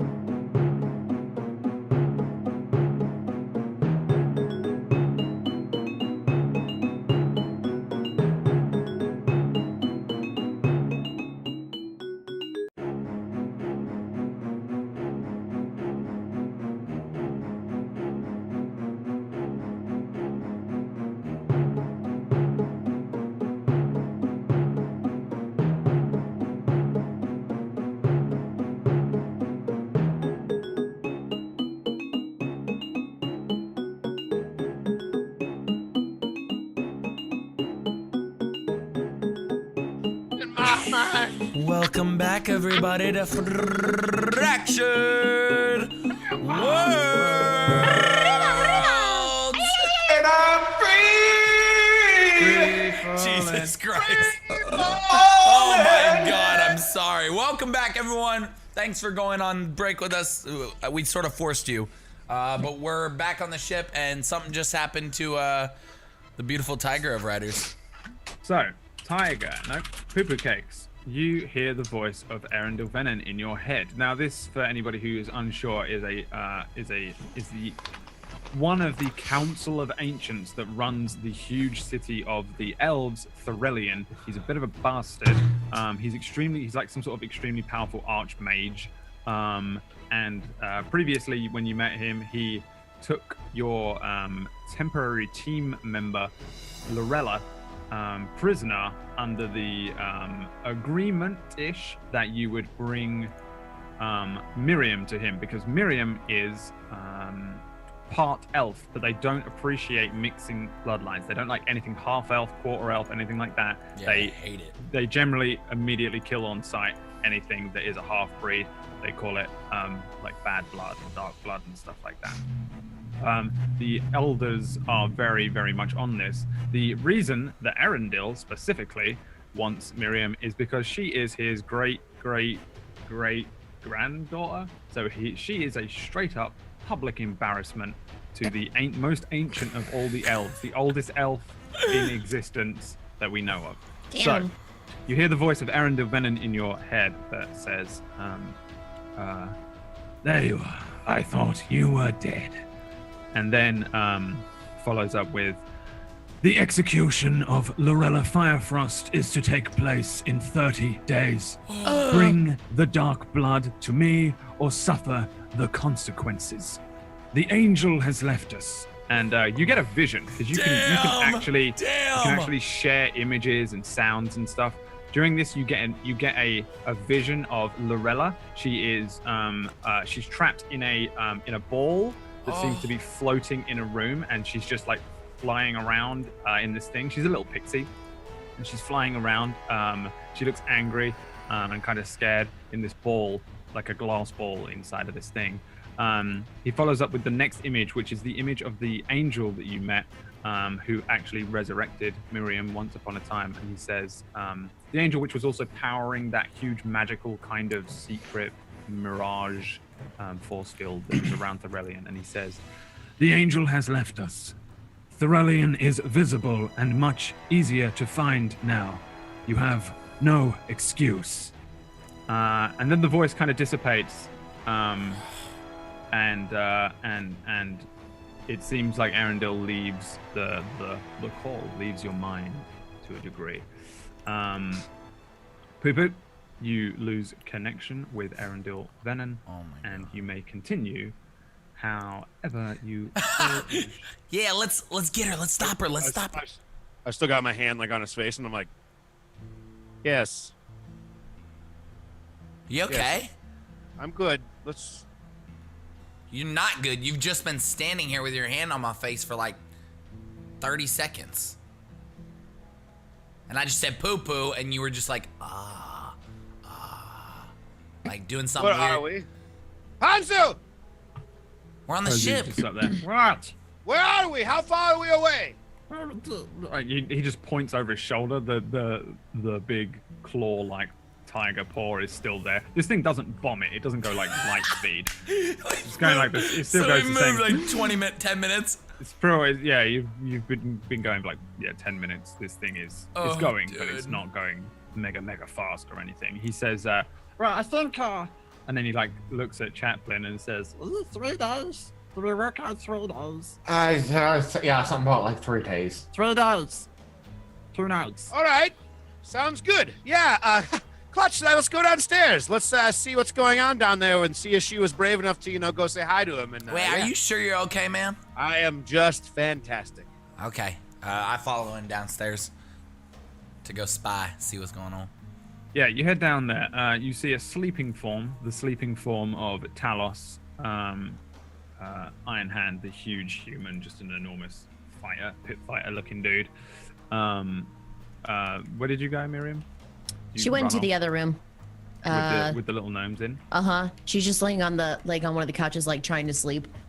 There's no way you can sleep. They're all looking at you and tugging at you and asking you questions constantly. I just want to take a nap. Just stop. You two walk in and there's just 4 gnomes like dragging Hey, get off of her! Get off of her! Stop! Help me. What's I wrong? just want to take a nap. What are you guys doing? What do you need? Why are you in here? I set this up perfectly. You told us to stand here. Oh. Yeah, Not you. Not you. You guys go over to that corner real quick for a minute. Can you have Smith alone? They all just. I pile told you into a my corner. stomach hurt and I wanted to go downstairs. You are a liar. No, I'm not. I want to roll a deception or a deceit or what you call it? Check on that stomach hurting thing. Insight. Insight. That's You it. can roll an insight. 22. I think she's telling the truth, right? Yeah. Because she gets airsick. She's airsick right now. All right. Do I have to roll something to like No, persuade you're him? telling the truth. No. Oh, okay. He can see on a 22 that. Oh, actually, no. She probably does feel sick. Yeah, I don't want to chuff everywhere. You know. Wait, chuff? What's that mean? You know, like technical yawn, Ralph. Can I ask you guys a question? real Wait, a quick? Ralph? No, hold on, man. What's a Ralph? Isn't that a guy? Clutch. I don't want. You know. I don't want to vomit everywhere. Clutch. Oh, there we go. That's a word I understand. Sorry, you call it a Ralph?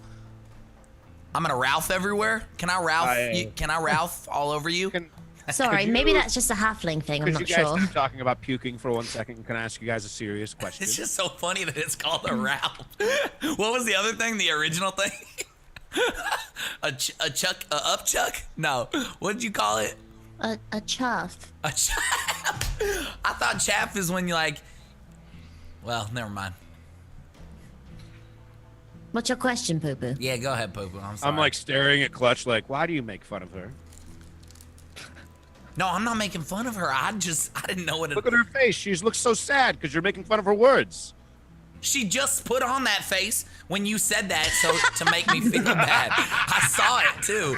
I was looking right at her. She put that face on to make me feel. I'm not gonna feel bad. Well, listen. I'm gonna Listen. grab Do you remember by chance? I just had this weird thought that we probably should remember. You remember how? I look at Pith. Remember how we're supposed to take Pith to that elf? Yeah, but we're not gonna do it, of course. I don't Yeah, know. of course we're not going to do it, but But I know we have Lorella over there, right? yeah, Yeah. but that doesn't matter. Who cares? Wait, what? Wait, did we never tell you about this? About.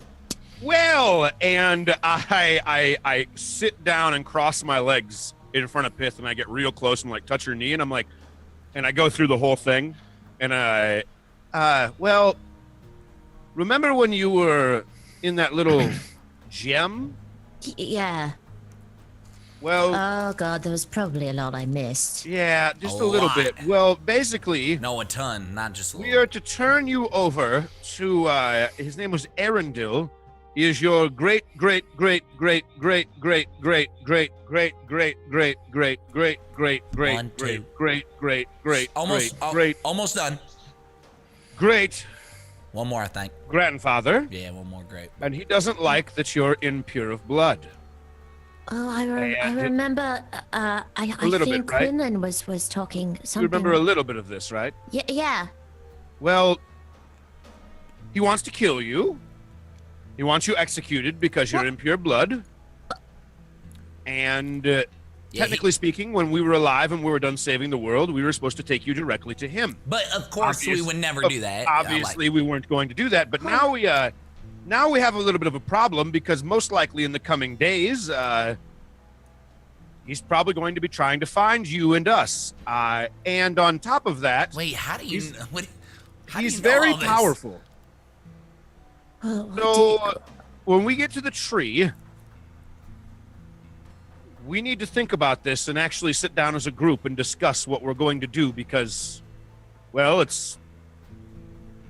Why don't we just fight him? Oh, hold on. No. Listen. Let me.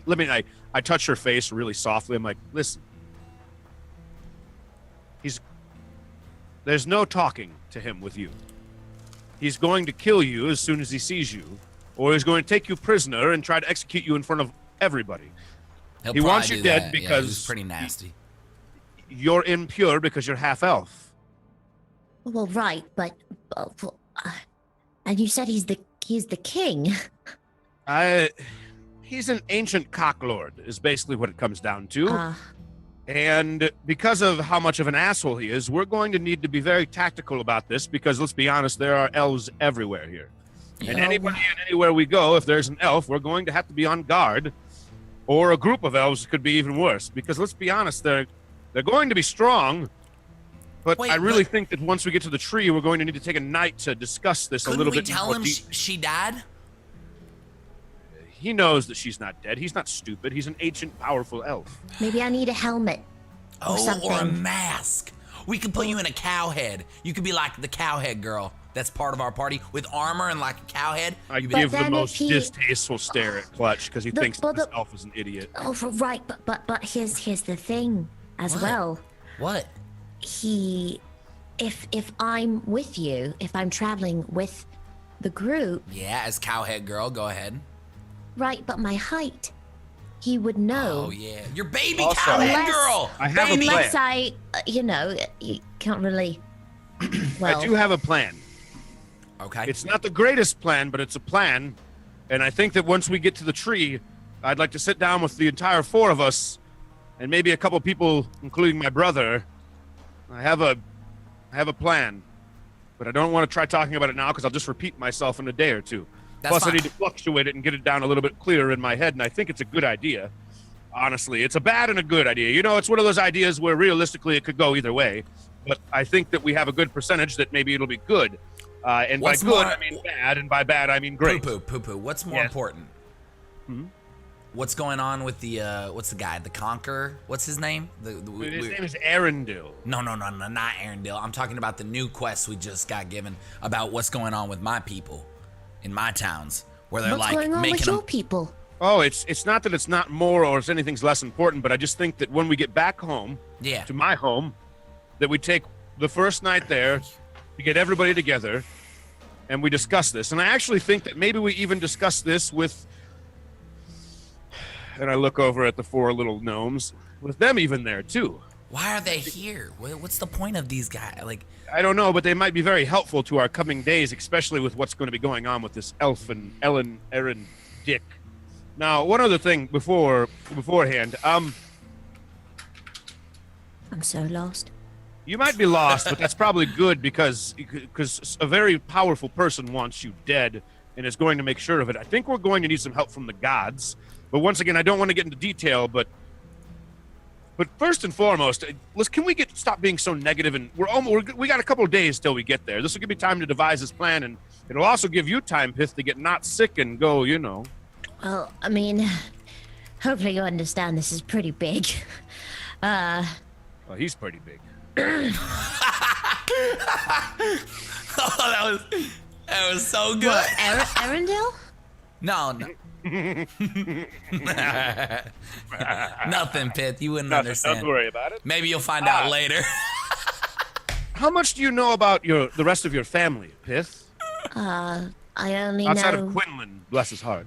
Well, bless his heart. I only know, about Barrel's Bottom, but they're not really family. They're more like cousins, more like extended family. What, Clutch, what was the lady's name? Remember the elf that was... We were pretty sure it was her aunt? Do you remember what her name was? I go to my mind real quick and I think. Can I roll something to think about that for you to tell me, Brad? What was her name? You'd probably remember. Also, Miriam, you have a scroll, which is this family tree scroll. Mm-hmm. That is like a physical scroll. I don't know if you wrote that down or whatever, but I'm pretty sure it was a scroll. Yeah. You guys would Quinlan. remember. You would remember Rena. It's Rena. Relay there. You suspected, and she said something that led you to suspect. I don't know if anyone actually confirmed it for you. Quinlan did confirm it for Miriam. I think one of his last things he said was that you can vaguely trust her, and if you're going to go with anyone, go with her, kind of thing. Cool. She said that. You guys suspected her. I think Poo Poo, you specifically, was like looking her over, and she's got like very similar eyes to Miriam, like they're strikingly the same. Yep, I remember that very well. I don't know about the exacts, but yeah, you'd remember her name. Did she say? I thought she said something about that fucking Aaron killed her daughter, and she was pissed off about it. Yes, I remember that. Also, yeah. So she said that she doesn't like Arundel Venom because he killed her daughter, and now wants to kill Miriam, but she doesn't really know about Miriam. So here's my very short version. And Pith has been talking about all of her friends and stuff in Barrow's Bottom this entire time, and then she wraps it up with, "Oh, and my mother, of course." I don't want to get too into detail, but I have a pretty significant sized plan that I need to continue to devise. And I think that we have a couple days before we get there, and I have a lot to do, to be honest. And as I say that, I whip out the scrolls that I need to learn, and I go, how much money was in that case? No one ever counted it. You think it was over a few hundred? Oh, yeah, it was a full chest. Absolutely. All right, well, I'm going to go... is in the other room, like, with, like, next to where Talos is sleeping, but he has like one meaty leg on it, kind of thing. I am going to attempt, once we're done talking here, to go in there and take about 200 of that so that I can learn spells over the next 2 days and put them in my and I'll even put an IOU because I'll get the money from my brother once we get home. And I tell them this. I'm sorry, I say this to them. I'm going to go take some of that gold and basically try to learn some of that. Whip out the scroll. I'm like, I have some very strong spells here that it would be really good for me to know in the future. Yeah. But I need a little bit of money to do this, and we have 2 days. We'll be back to my brother, and I'll pay him back when we get there. And I'm also going to try to get us some more money when we're there, because there's so many spells here that I need to learn. So over that and coursing this plan, I'm going to go ahead and vanish for a couple days and go sit over here. And as I do that, I keep mumbling about learning spells, and I start nervously mumbling, and Lorella, and just it's 30 days, and I'd sleep good, Poo Poo. And I can't. It's gonna yeah, die. sleep. Just go to bed, man. Lorella's got 30 days. Yeah, I know. Who's Lorella? And as I walk away, I go into the other room.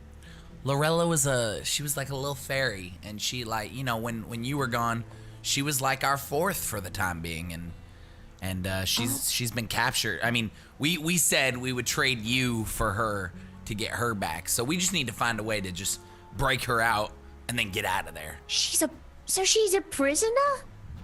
I mean, technically not. I mean, not a prisoner. I mean, they were very nice to her. She just had to stay in that town with them. So don't think of it as prison. Think of it as, you know, a vacation.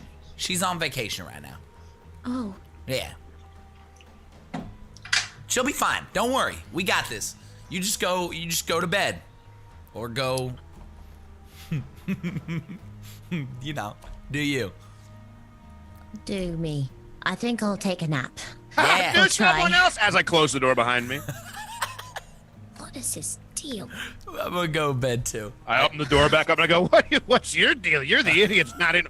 Never mind. I close the door. Oh. Pith attempts to lay down on the couch. I just go to my bed and just like, I'm not going to sleep, but I'm just laying back and just like thinking about life. I want to take money from that chest. And what is Chaplin doing? So Chaplin was upstairs, like, making sure all the rigging was good while this was all going on. And then he went downstairs and he saw all of them talking but wasn't really paying attention. And he went and got 2 cups and he filled 2 of them full of drink, and he busts into fucking Talos's room and like kicks his bed and like looks at him. You're waking Talos up? Yeah. Get wrecked. All right there, mate. How's it going, Yeah. mate? Drink? Is it water again? No, it's liquor. It sits up. Oh, that's what I'm talking about, mate. Let's get this party started. pulls out So- a mug. I walk over to him and I look and I go, Chaplain, you're a genius. What? I walk over. It's like, so let me ask you one thing. What's going on in the Isle Isles about the orcs? I'm drinking. Let's see what he knows. Did you not bring a third cup? I mean, I didn't bring a third cup. I thought you were over there talking just a minute ago. Don't worry about it. And as I do that, I go over to the chest and I start rummaging through the chest of money. He says, well, mate, on the ice, are you all right there, mate? Just helping yourself to what is essentially my coin. Listen, I want to make this very obvious to you. I pull out the spell scrolls and I go, I need to learn these spells, but I need money to do it and I'm broke. And we're about to go to my home, which is not just my home, but I'm a prince there and I have plenty of money there. The problem with it is I don't have money now and I have to have money to do this. And we have 2 days before we're going to get there. And I need to learn these goddamn spells and no one's getting in my way. All right, I'll give you the money back when we get there. Sorry. You can roll me, I guess, an intimidation check since you're shouting. I'm gonna do good cop. So with his roll, I'm gonna roll perception with it. So I'm gonna play good cop on this. Whoa, Hey, no, it's pretty good. Like this fucking weird little goat man, he's shouting and claiming to be a prince and shit. Luckily, Talos is based on a very generous human being, and therefore he goes, listen, mate, you're a prince. You want a few gold? I think I've got some to spare. Just don't, like, I don't know, headbutt me or whatever the fuck you're gonna do. I won't. And as I do that, how much gold is in this chest? Give me an investigation check. 13. You would estimate somewhere between 1,000 and 1,500. Oh my god. I look into it and I take out 800 gold. Jesus. Whoa. Like as he's just watching you count all this stuff out, he holds his cup back out to you, Chaplain. I'm like, cheers. He is a prince. He'll pay you back. All right. Are you sure? All right. Yeah. Literally, his brother's the king. I walk away from we've him actually- and go learn spells. What a homie. Poopy, roll me a d20. Ooh. Oh no. You're pretty sure that Tim Toll's not just going to give you this money back. You're pretty sure that the old great hollow ale Rictim coffers don't just work that way. Good. Okay. Oh no. This is causing. They work a lot more on trade than they do on gold, and yeah, you can't just show up and be, I'm a prince, give me gold, because really the nice thing, but also the thing that sucks in this situation is that the Satyr are all very equal. Like the king just struts around with everyone else. Like there are like areas due to blood lineage, there's a monarchy in place, but in general, is dangerous. everyone's pretty equal in the Satyr lands. So he never counted the money though, did he? So he never really knew how much was there. So it might have looked like I only took a little bit. yeah, sure. He saw you take a lot though. Like that's the thing. Okay, tell you what, I'll roll an investigation check for himself. No, Yeah. no. Ah, he knows. He's got a pretty good idea. Got a pretty good idea as to what the fuck you just pulled out from there. Anyway, he lets you do it. You convinced him, or at least intimidated him enough to take the money. And so he carries on drinking, and he says, well, I take it you're from the Isle Islands then, even though you look a bit, you look like you've been through the ringer, mate. Yeah, we've been literally to hell and back. Well, I wasn't hell. It was the plane of shadow. That to your, and he clinks his little brass. Oh mug yeah, I against opened your up chest. my shirt and I was like, oh, a dragon melted this to my skin and killed me, and then they revived me, and now it's part of my skin. Takes a healthy swig. Rightio, it's actually not the weirdest thing I've heard today. Let me tell you, mate. You're gonna want to sit down, And he pats the bed next to him. Yeah, I sit down. Where are you from? Tyree. Oh, I was hoping you wouldn't say that. Oh. Well, here's the thing. Your island is the only one. You're from Tyree. There are these things, they're called orcs. Now, I've seen 2 of them. I fought one of them, and they're big, strong bastards. They're bigger than me. Most of them apparently are much stronger than me. And they're a nasty bunch of cunts. So we have to. I got. But are the Isle still having trade open? Well, 2 of them. Yeah. Yeah. No, so trade hasn't disrupted between the 2 isles. No, but there's basically nothing left of Seika. It's all gone. The orcs, as far as I know, they showed up just on the island. I've never heard of those islands ever being conquered, and these orcs show up, took the whole thing, surprise attack, one night, and the castle was taken. They didn't come by sea. Yeah, they basically, you know how you teleported into that cave up in that mountain. Essentially, the same thing happened with them, but they came through a rift that was tearing the 2 worlds apart, and they were going to end the world. But we actually ended up preventing that. But when we prevented that, we created gateways that are permanently linked between the 2 worlds now, so we can go back and forth. That's why you can see it for the past year and all that. There's one just outside of Solis. That's why there's so many creatures and critters that they've been catching. Yeah, there's so many issues we have to deal with. So basically, I don't know how you're gonna actually take back the island, though. I mean, this ship's pretty good. I suppose you could fly over, but it's a whole island. It's not. It is the whole isle. That's the problem. And it's never been conquered by a sea. I think they've tried the other 2 islands. But here's the thing. It was never conquered by sea because we had a fantastic navy. I don't know what orcs and their naval capability is, or if they're zero. I'm just telling you, outside the game, it's fucking 0. Also, Okay. outside of the game, the other reason that the Isle Islands were never conquered, you do have a pretty good navy, but you also they're up on they have these huge, great cliff sides. Yeah. Mm-hmm. And there's only 2 or 3 sea level access points to all 3 of these islands. Each one only has a couple of points that you can get on, so it's narrowing them into the hot gates kind of thing. So anytime you've ever been under attack, which was hundreds of years ago, since the last time anyone tried, but it's just fucking impossible. No one can fucking get onto these islands, and that's basically, probably you would assume, the reason no one can take these back. There's way more humans than there is orcs. It should be easy in terms of numbers to just be fuck those orcs, let's go fucking kill them.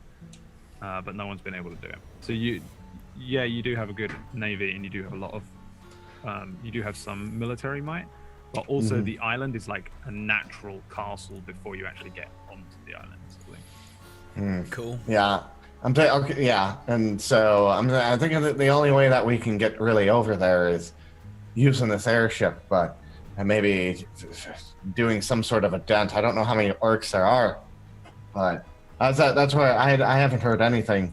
The last thing I heard was a year ago, before I died, or what resembled that I died, and basically, it was not good news that the orcs were in Isles, but I didn't know how fast they were traveling, or if they had ships or anything, or I don't even know. But I worry. Island's theirs, mate. The whole thing. Yeah, no, I worry about my family. I don't know what they're doing, if they're enslaving, or if any of my family's dead over there. Not too sure, mate. I gotta make my way there, probably after we get to this great olive tree.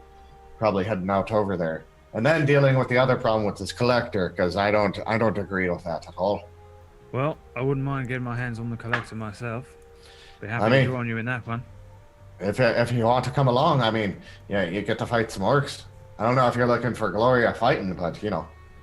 Well, at the moment, I'm just hired to the count of all that gold, and then he looks over at wherever Poopy ran off to look after those 4 little guys until they find their god or whatever the hell is going on in this place. So they're actually celestial. So they're made from that god. So Can I whatever. get some more of that whiskey, mate? Yeah, hold on, and then go get some more whiskey. Come back. Carry on. Okay. So he has like a big glass of whiskey. Jesus. Basically, they. So if you help them out, I mean, Gertle, Iron Hand, he should be able to reward you for helping his. Well, I'm all right with all that gold, mate. I'm a made man. It could be gold. He's a god. I mean, they can do anything. They take do that exist. I'm done, mate. I'm quite done. Take that back to Home's End. I'm good. I'll be a king. Yeah. No, that's for a little Home's while. End, by the way, Home's End is not on Slidor. Home's End is in the kind of a Roken Badlands area that was overtaken by the Kelos people and then split off, and it's just like his own little town. There's 2 of them that just aren't really part of anything. They're part of an expansion that went wrong, and then Kelos gave up on it, and the Roken people are just the Roken people are the crazy horse warlords that when you guys went and found Tazari. Anyway, he's like laying back in the bed. Listen, mate, whatever you want to do. I mean, if I end up on that island, I'll kill some orcs for you, mate. But I've got to follow those little gnomes. Well, we'll see what they do.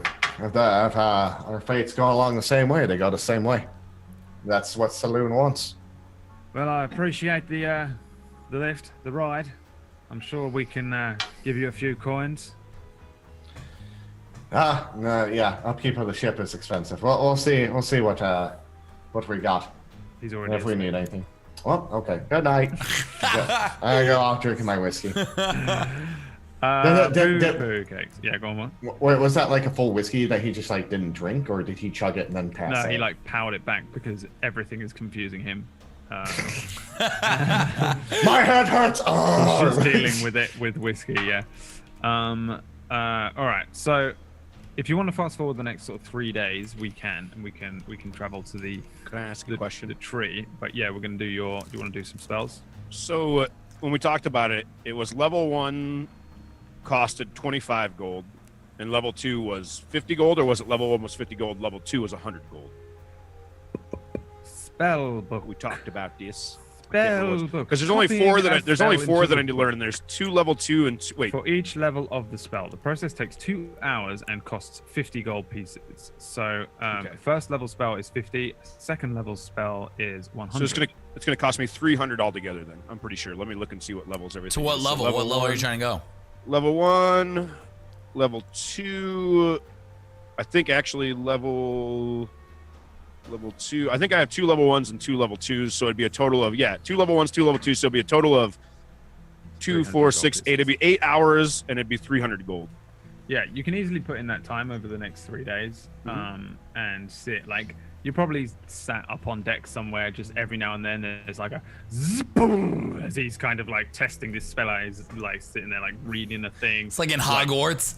Yeah, he's got like a quill out. He's like writing it down. And he's like, Wingardium Leviosa. No, it's Wingardium Leviosa. And then the same spell, and then the same spell because Harry Potter sucks and they have one fucking spell. What a waste of fucking time.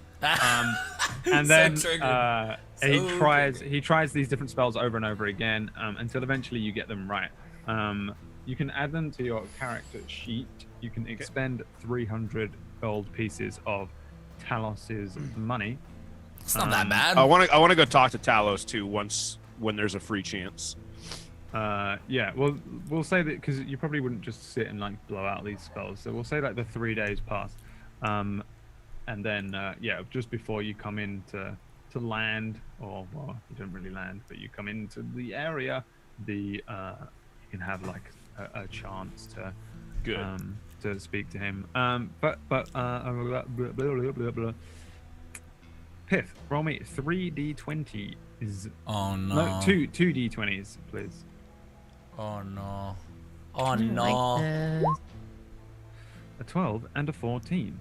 Sure. Oh, you no. don't sleep necessarily comfortably the first night, but you get some sleep. There are no fucking weird dreams.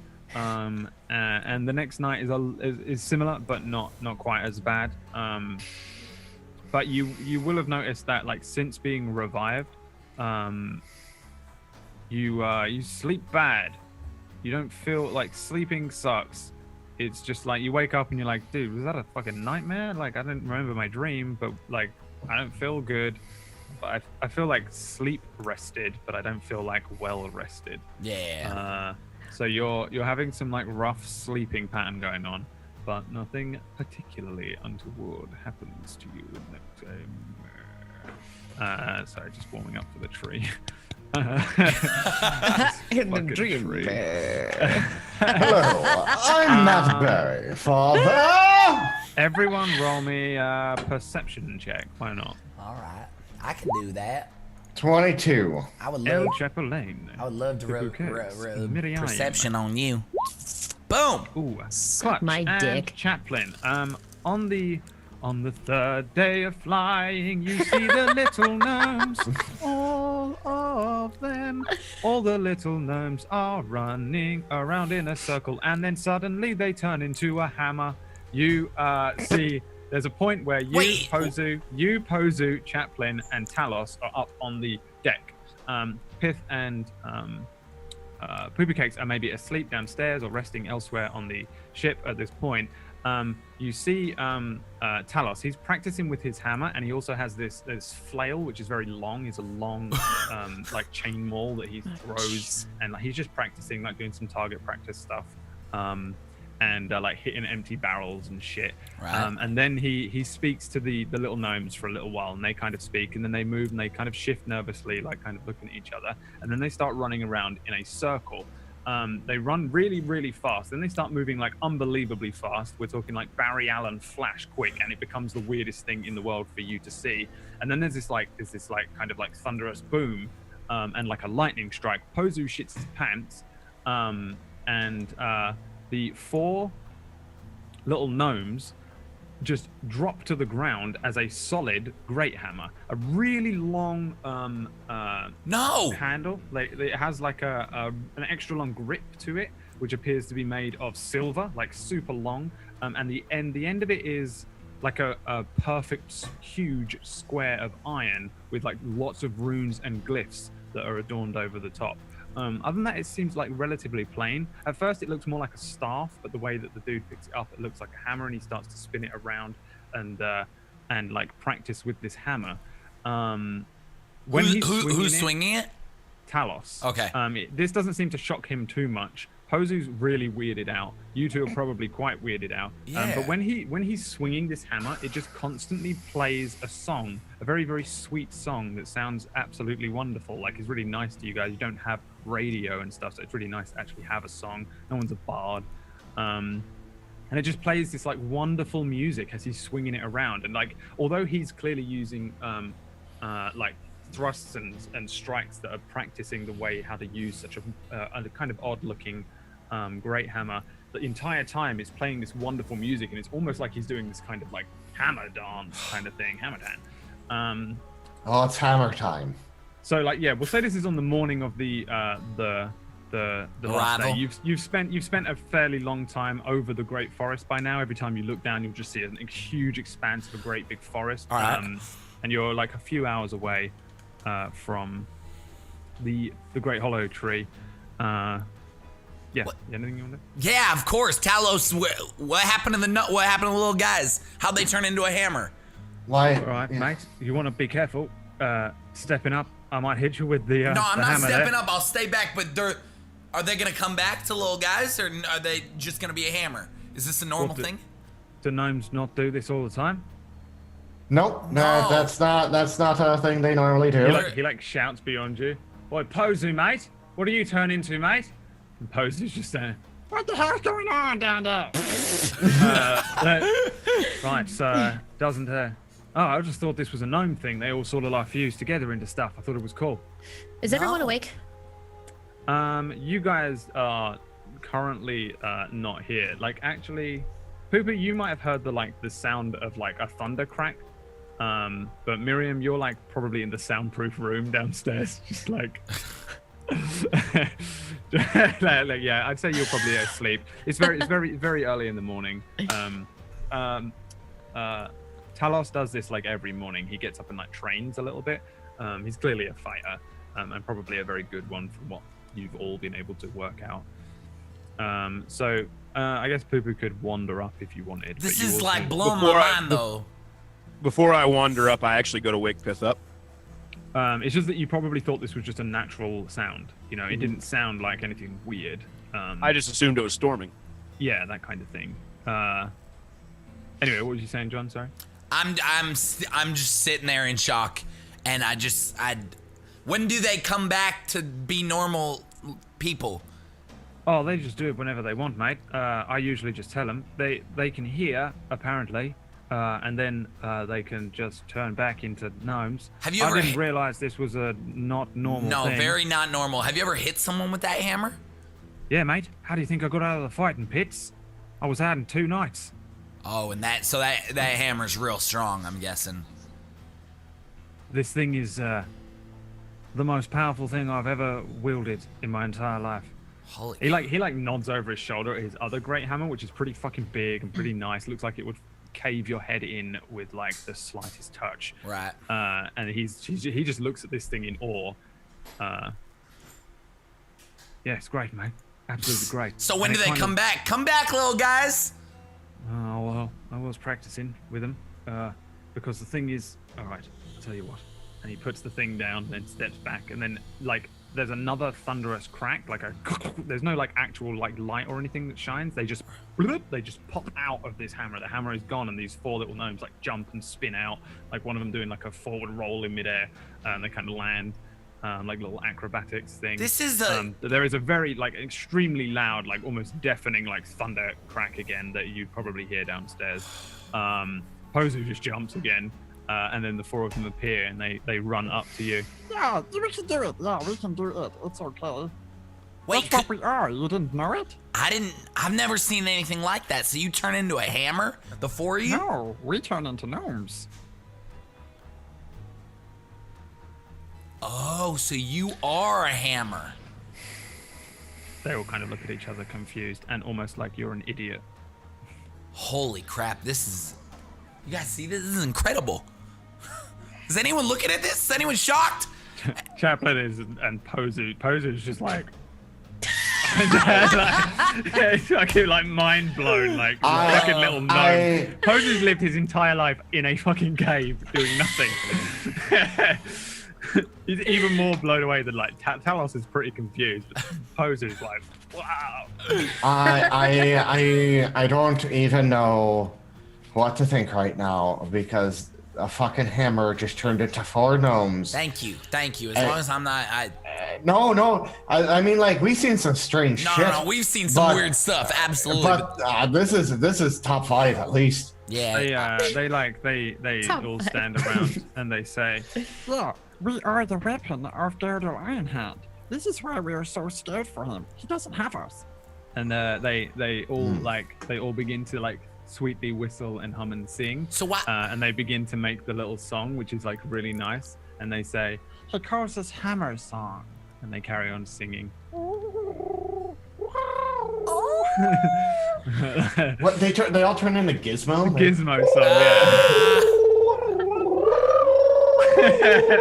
And they just make this like wonderful song, but it sounds like instruments. Like it actually sounds like they're kind of a full, bunch of instruments, not like an orchestra. Why did you choose him? Oh, well, it seemed very strange to us that he would be. And they're like kind of doing that thing where they're all walking around and finishing the sentences. You kind of happen to follow the conversation between the 4 of them. Right. He usually, we would never just reveal ourselves to someone, but for some reason, when we found him, we thought the resemblance was striking. His name, Ironhand, And in the face, And they all look at him. he looks like him. Wait, did you have a brother, Talos? Talos is just standing there like, no, mate. Only child. Parents are dead. Wasn't a gnome. How did your father pass away, if you don't mind us asking? He was an officer in the Kelos army. Died in the old war, I think. Weird. I was pretty young, but I remember him. Big fucker, loved me. Like, all right, all right, the gnomes, does he sound like the same guy? Are we talking about the same person? Because what if he became a god? I know this is crazy, but a lot of crazies happen as a Wait, that doesn't make any sense. How old is Girdle? Girdle's at least, what, eons old? Aeons, yeah. Just okay, you're right. Old Clutch kind of thing. clutch moment. But clutch. But even if he was like the son of a god or anything like that, I imagine he would look like me or the oracle that you have a fancy for. Right, but you changed. You did not look like that when I first met you. I've always looked like this, mate. No, not you. I've always looked like this. I wasn't always looking like this. That's what I'm saying. So maybe But he like hasn't found his trigger. before we met, I was just a human, Right. and then I was outcast because I transformed, and then we met after that. So what if he has the same kind of thing going on? What if his great grandfather is the guy we're looking for? I don't know, because I am, as far as I know, I'm the first of my kind. That could be. I'm just that exists, but I don't know if any existed before me or what's actually going on. But I mean, the gnomes start running in a great big circle around Clutch. Oh God. We have a theory. We have a theory. What? They all say in unison, Oh, what's the theory? Go ahead. and they all look over at Talos. He is the chosen. He is the one. what? Oh. So y'all think he's the chosen one? Yes, I think What? he is the one, which is going to lead us to the To- promised land. The promised land? Where are you trying to get somewhere? I thought you were just trying to look for a guy. They look at you like you're stupid again. We need Gerdo back. We can't go to the promised land without Gerdo. Okay. Wait, is that some sort of prophecy? Prophecy? No. The promised land. We learned about it a year ago. What is it described as? The promised land. Who told you about the promised I land? know that, but yeah. Gerdo told us. But Before he Girdle, disappeared. All of the gods were told about the promised land, and then they disappeared. We thought they went to the promised land for a little while, and then they came back. but wait, why can't you talk to any other gods? If you're Girdle's weapon, why can't you communicate to any of them? Never thought of it. Never thought I mean, of it. I'm a priest of Saloon. I mean, yeah, maybe I could help you. Saloon. Can Saloon help us? Here's Saloon. I don't know. Saloon's the goddess of navigation and questing and such things like that. She could probably help you find your way. Glitter Gold. We could speak to Glitter Gold. Let's speak to Glitter Gold. Wait, you know Glitter Gold? There's no way you know Glitter Gold. But Oh, you're Yeah, we right. know Glitter Sorry. I was thinking of someone else. I was Sorry. like, holy shit, okay. No, Plus this is like old. Sorry. old Old campaign. The little gnomes all run off. They like trot off and like run downstairs together. And Talos is just stood there and he picks up his old warhammer. Guess I'll carry on with old trusted, old faithful here, mate. And he carries on like swinging his warhammer and like kind of uses it to like work out as well. Pozu is just up at the wheel. How did I say Glitter Gold? Yeah, they said glitter gold. Oh, we get to meet Glitter Gold. This is so cool. Do I know anything of glitter gold, or is that I have to roll religion and hope to God? I can't imagine. Again, this is like a very specific. There's some gods which are specific Feyrulian gods, which you would have no information on regardless, unless you encountered them or something like that. A lot of the gods cross over. Gond, Saloon, they have this weird crossover between the worlds. Yeah, this is one that is just a very specific gnomish god that I can't imagine you would Okay. know. There's just no DC. I wish I knew glitter gold. What? Post it. Who's glitter gold? Gold, glitter, gold. Gold, glitter gold. Yeah, gold, glitter, gold. That's his name. Gold, glitter gold. What is it? Is he another god? Glenn Gary get Ross.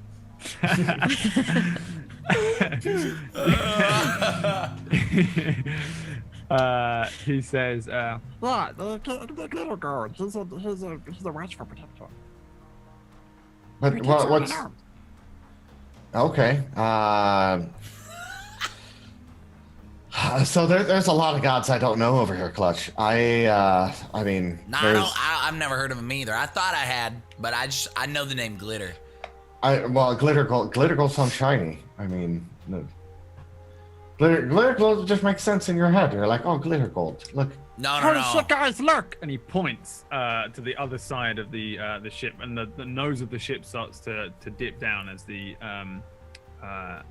Quinlan starts to descend, and you see ahead of you, sticking up out of this forest, like one fucking fuck off tree. This just enormous. You've seen this from the bottom, right? And you've looked up at it, and it's just got this enormous canopy that spreads out ridiculously largely. It has this trunk which is like hundreds of feet wide, and they actually all live inside this enormous tree that's just like almost comically large compared to all of the other trees. And you see it from the top. It's like a huge, great. It's like a redwood crossed with a willow, right? Like it's like a redwood trunk thickness, and then it has all this like willow branches that spread off of it and come off of it. Right. In the like morning sunlight and the from above, this place looks fucking divine. This, like, if you didn't know it just to be like the home of the satyr, you would assume that this is a tree god itself. Because it just looks unbelievably beautiful. You've seen from underneath when the sun like dapples through the branches, but you've never really seen it from the top, where this thing is just being hit by the sun and it's kind of shining. It's almost glittering in the sunlight. And Pozu shouts, You gotta go get purple cakes now. We're gonna be there soon. Oh, okay. I'll go get them. Or Clutch, if you want to go get them. Do we gotta get ready for get 'em. descent now? Guys, we're almost here. Wake up, hurry up, get on up here. We gotta get off the ladder in a second. Hurry up. and just to rewind time, Poo Poo, you said you wanted to speak to Pith, or you just wanted to do something else? I can't remember what it was. I was gonna speak with Talon. Oh, Talos. Okay, well then, Talos, yeah, sorry. you can head up now, and then he'll be up there doing his little hammer time. I wake up Pith before I go up, though, for sure. Pith, Yeah. Pith, Yeah. Hi. Pith, I'm awake. I'm awake. Pith, Yes. Pith. What? What? Jesus. You awake? Yeah. You sure? Yeah. Hungry? Yeah. I'm Ration this. starving. And I pull out a ration. Oh. Yes. Yes, please. And I just eat it. And I pull out another ration. I'm sorry. And I eat it, and I walk away, and I go upstairs alive. I mean, to be fair, there is plenty of food on here right now. Pith wants to find food. Sure. While we're on it, you might as well all reduce your rations by 3, and reduce your crap. gold by 3 as well. Because that's your tax. Rations one by ration- 3? It's 1 ration per day and 1 Oh, gold yeah, per day we're gonna need more to food. fly around on this thing. For each of us. Yeah. So yeah, you need to sort of bear that in mind when you actually do dock at places like this. It's a good Yeah. point. You want to stock up on some rations and shit. Yeah, I guess you head upstairs. Pith, you go and find some food and just sit quietly eating. The little gnomes all come running down, and they bustle past you and run into the quiet room or whatever it was. And they close the door, and you hear them, Lock it, lock it, lock it. and then they lock the door, and then and that's all you hear from them as you wander past to the area where the rations and food are, and you just sort of start fruit, nuts, a little bit of bread there. Yeah, perfect. Yeah, that's right. Piling up. You're coming on this plate, and you definitely you Starts powering through like eight days worth of rations. Oh yes, please. And Do we have Poo-Poo, you any head upstairs. bacon? You head upstairs. There's no one down there with you to shout at. Guess I'll find my own meat then. That's fine. Oh, some of you and some of you. She's got like this heavy ass plate, just like trying to carry all of it, just looking at it. Yeah. She's so The happy. best breakfast ever. I love breakfast. Poo-Poo Cakes, you head upstairs. The others are all waiting. As you come up as well, you'll see the Great Hollow from above, which is also probably the first time you would have seen it, and it would look absolutely stunning and beautiful. As I described, you'll see it for the first time as you guys are coming in. You're not like right next to it. You would assume that you've still got maybe 20 minutes, half an hour before you actually get close enough for Pozu to get close enough to drop you guys off. Yeah, you wanted to speak to Talos. Talos?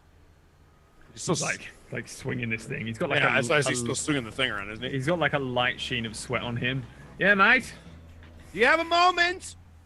I suppose so, mate. Can you stop swinging that thing? I'm very brittle. Puts the hammer down and like kind of stretches and like tenses all of these muscles. It's unbelievable. It's ridiculous. He's like Schwarzenegger level of like Schwarzenegger in his prime level of like muscular looking. And then he heads over, cracks his neck. What's up, mate? Well, such a badass. Firstly, and I pull out. Hold on a second here. And I pull out 500 gold pieces in like a little bag, basically. And I look at them and I go, in here, there's 500 pieces of gold. Do you have any clue how much I took from you? I estimated something like 700. Well, I used about 200 of that gold. And I did it so that I could do things like this, and I cast Detect Thoughts on him. Sure. Give me a deception roll first. Oh, wait. It would have been... Did I just say it wrong? Because I think I said the right amount, didn't I? No, it would have been 300. I used 300 of it. You're saying 300? Yeah, I'm telling him I used 300. Sorry. I said all right, then don't worry, because you're not lying. Okay. And then you Detect Thoughts him. I can't remember what the fuck specifically Detect Thoughts does, but... do you want me to just give you the... You can... Oh, God. Yeah. The quick brief of it is basically, since we're not in combat, and a lot of it doesn't really, like, a lot of how it reads doesn't matter, but basically, for the duration, you can read thoughts of certain creatures when you cast a spell, the action turn, blah, blah, blah, blah. Skip that because that doesn't matter. You initially learn the surface thoughts of the creature, what is most on its mind in that moment as it keeps telling me about stuff when I'm in action. Okay, so I'm just seeing like different stuff. Yeah. So initially you learn the surface thoughts of a creature, and what is most on its mind in that moment. The two things that strike quickly is that one, bloody hell, mate, I didn't finish my workout. I'm gonna feel moody later. And then the second surface thought is like he's like grabbing at the bag with the gold. He's like, I've never seen this much gold. My whole town's gonna be good, finally. And he like takes the thing. Those are like the two initial surface thoughts. If you want to probe deeper, you can, but it like forces him to become like immediately aware, and he makes a save. So I look at him and I'm like, firstly, and I toss him the bag of gold.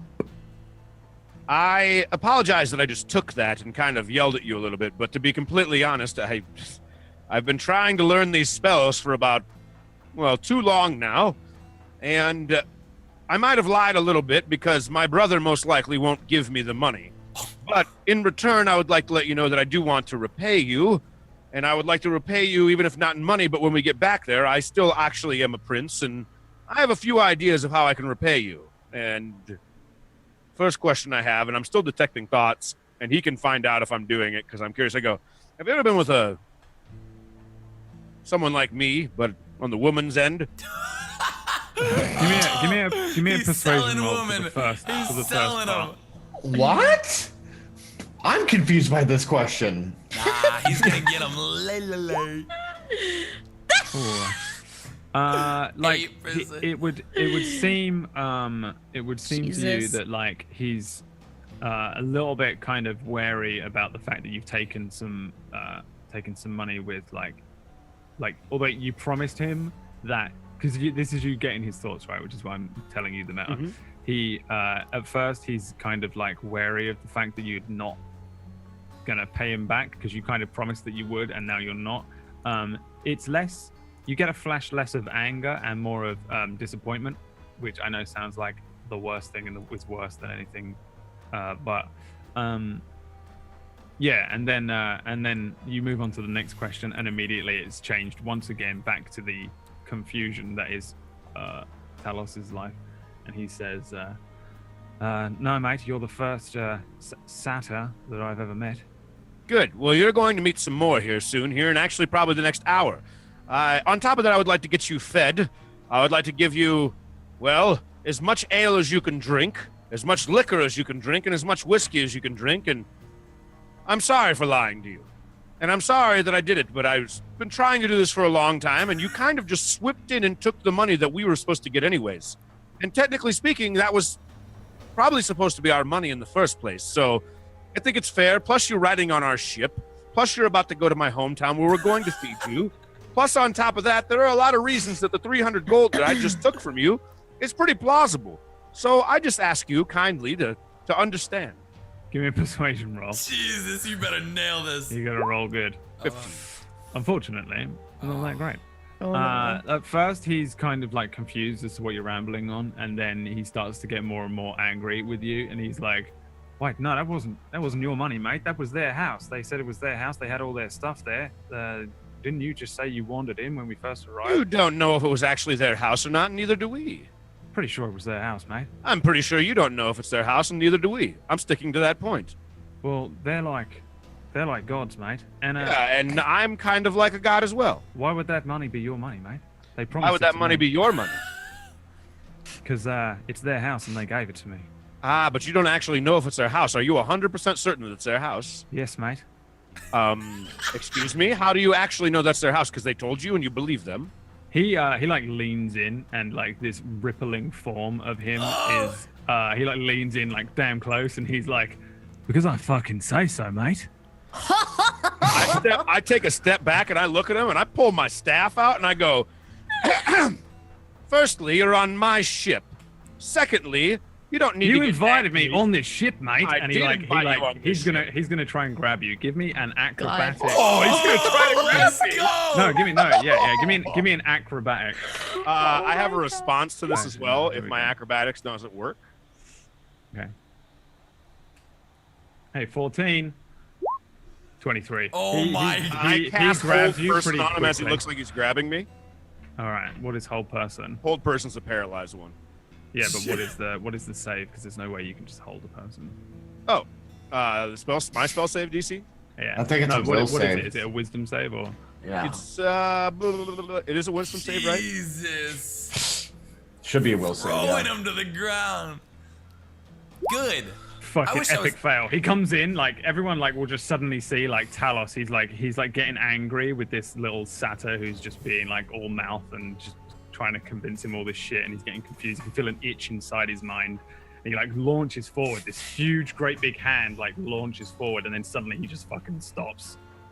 I start walking around him as he's stuck, and I'm walking like tapping my thing, kind of like when like somebody's kind of being a smartass and they're walking around like when you got like a mobster walking around somebody that's like way below them, and I'm like, now listen, Oh. you're on a ship, and we took you with us. You might potentially be a god.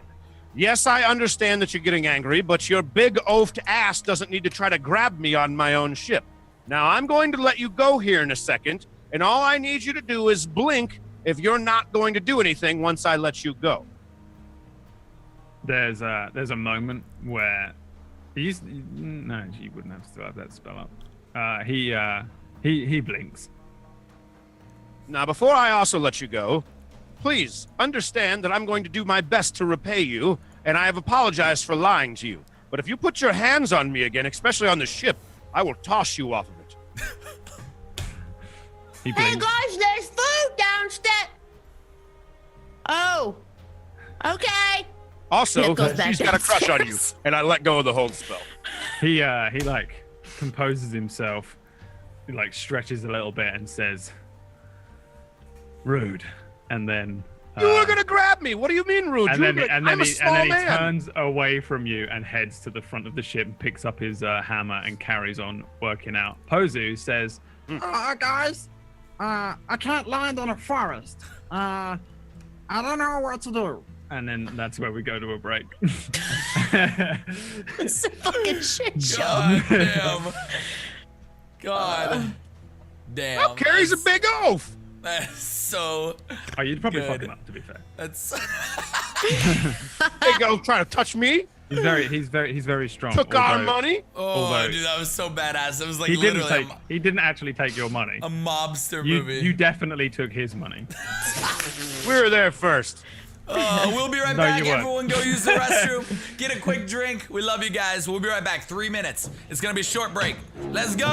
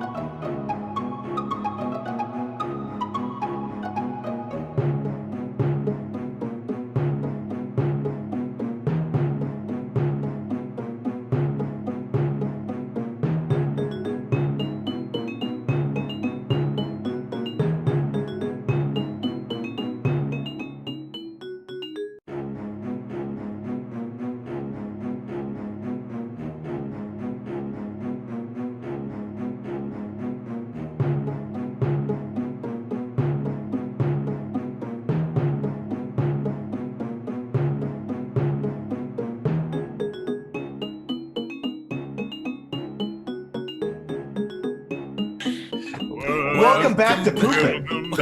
God damn it. Welcome back to Fractured Worlds. Guardians, we've missed you oh so much. That 3 to 5 minutes was too long. All right, what's going on, Brad? Are we landing this ship? All right, so Pozu brings the ship in towards the top of this tree. Because this tree sits way higher up above the canopy than all of the others, he brings it down to a point where you can actually see some of the hollowed out areas. This, again, being an enormous fucking great big tree. There is all sorts inside the tree. You know from going in the bottom of the tree that you can kind of go up in it, and there are all these like spiraling staircases that lead off to these little hollowed out kind of rooms. This entire thing is just an enormous tree with different little hollowed out areas. The bottom area obviously being an enormous kind of communal area, like a huge tavern.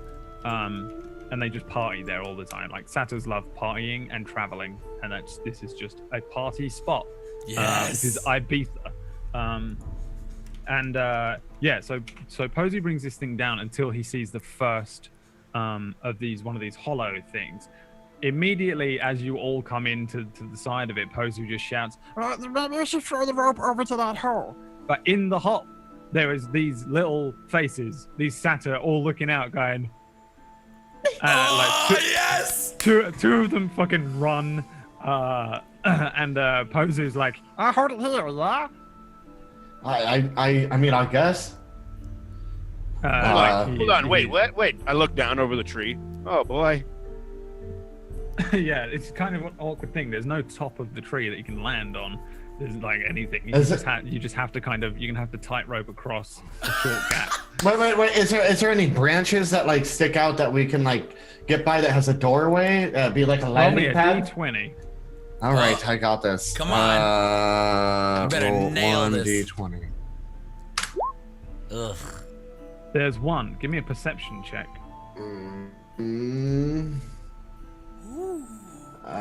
Perception.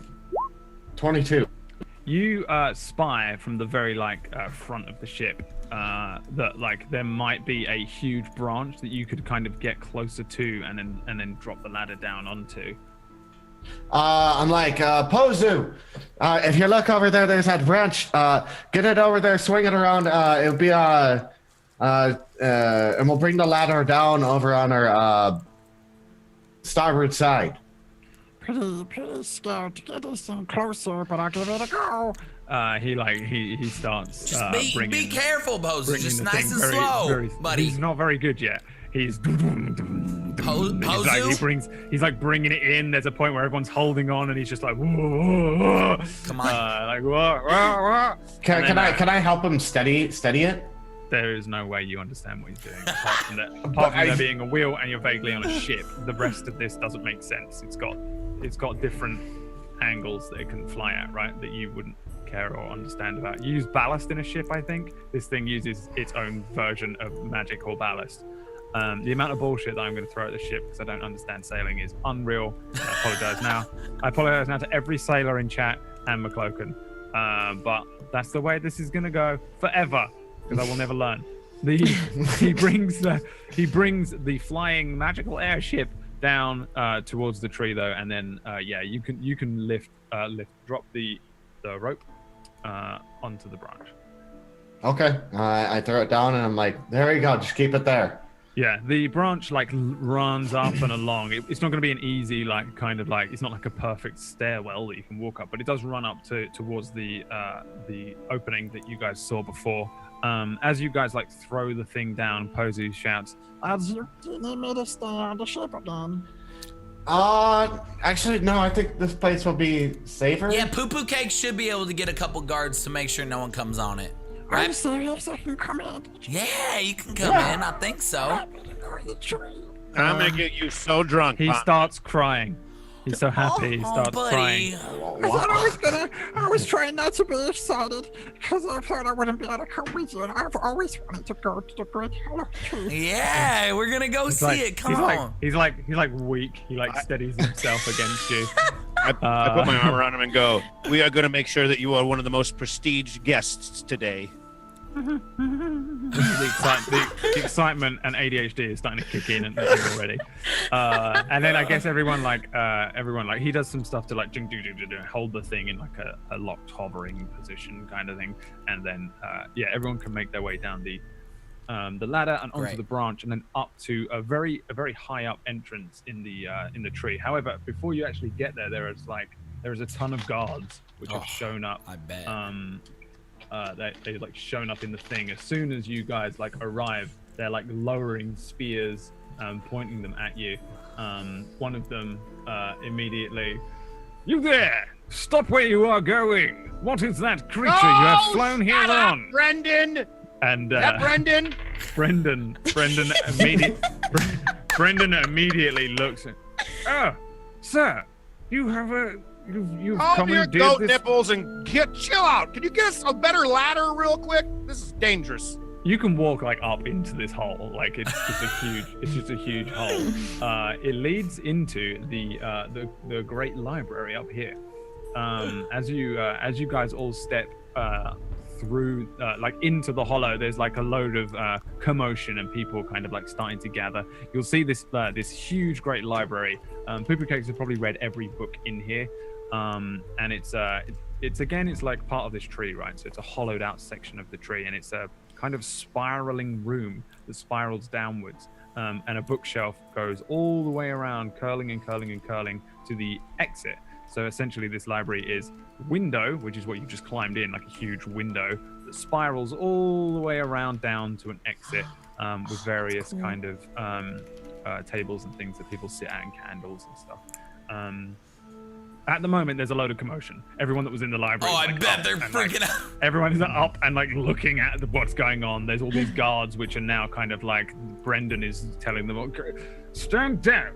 Stand down, it's Prince Poo-Poo Cakes. Oh, hail, Prince Poo-Poo Cakes." And then one of them at the back with a little trumpet, "Prince Poo-Poo Cakes." And everyone's like fucking confused, but Prince Jake.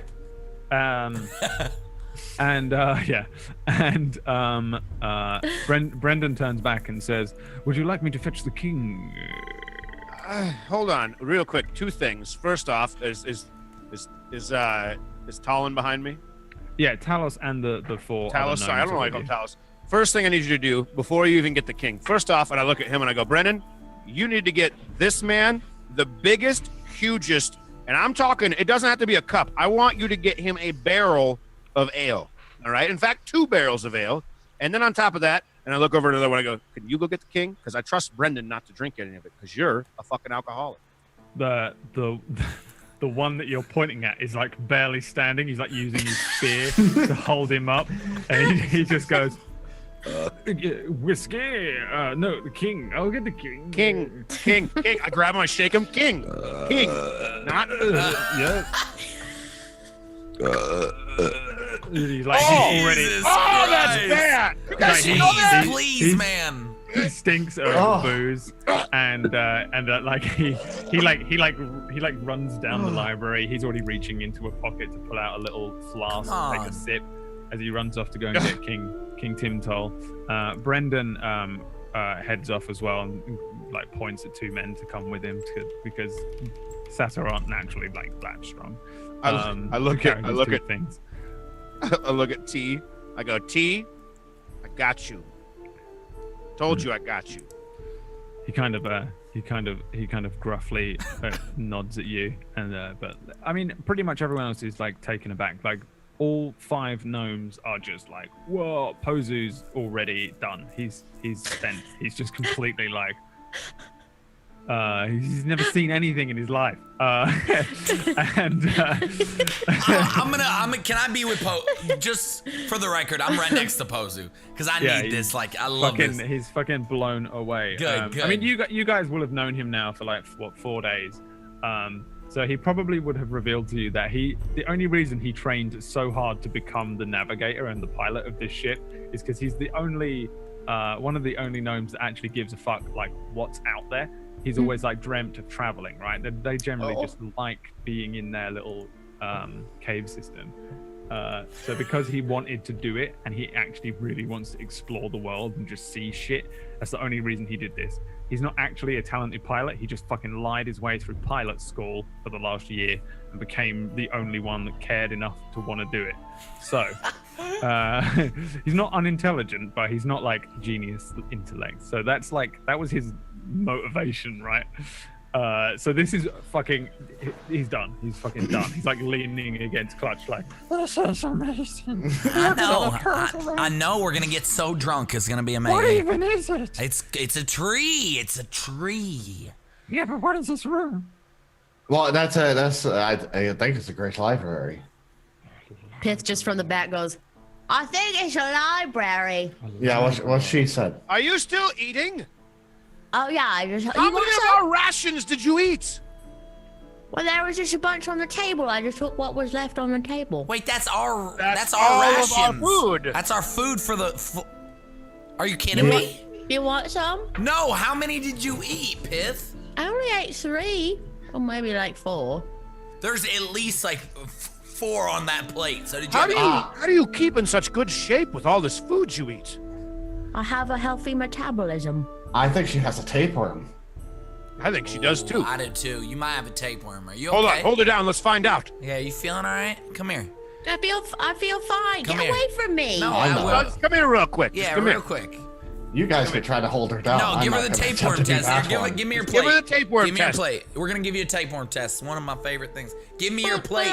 But I I'm got not this. finished Give me eating your yet. plate. Yeah, I'll Give give him it to your you in a plate. second. Give it to Give me. him your We're plate. checking on you. Come on, we care please. about. Thank you. Fine, there, please. Give me that. Give me You that. got. Yeah, take it. Jesus, I put the extra food in my back and I go, we'll save that for later. Christ, crackers. At this point, there is another, and at the bottom end, like a few swirls down, there is another commotion. 2 or 3 more competent-looking guards head in and stand to either side of the door, and you see King Timtol head in to the library. He kind of looks around left and right and then starts to head up towards you. Again, this is Poo Cake's younger brother, twice younger brother. He has 2. He looks pretty similar. You guys look pretty similar. He's like visibly younger. He's generally a little more carefree and happy. Like kind of a happy-go-lucky guy, though he does obviously love his brothers quite fiercely. Running, he as soon as he spies all of you, he just like all kingly prestige leaves him, and he just like runs up the spiral. Oh, good to see you, brother, and trusted friends. And he comes up. Hey, and what's going on, man? How's it going, Timtol? You're goes alive. for a big old hug. Yeah, he goes for a hug. Poo Poo. I go to hug him, and when I hug him, I whisper in his ear, I go, I need you to have 2 guards watching that big guy back there with the long hair at all times. Yes, we have much to discuss. It's Yes, we about do. our brother. Oh, great. What do you... Okay, firstly, guards, that dude. Secondly, me and you have to have a private conversation here in a little bit. Is that okay as well? Yes, let us all go to the communal holler We should for have a a feast. wonderful feast. Did I get It's feast? a feast. Breakfast feast. And he like, More Hey, yeah, breakfast! You just ate. Second breakfast! No, you just. Pip, you can eat as much as that. The rations we had to kind of. Well, if we get a lot of rations, I mean, you can eat whatever how many. Okay, you more. just. She has tapeworms. Double, multiple. And I also triple, 3. I pull out these things for the feast. I pull out like, well, I think I had like how many did I have? Let's see real quick. Let me look.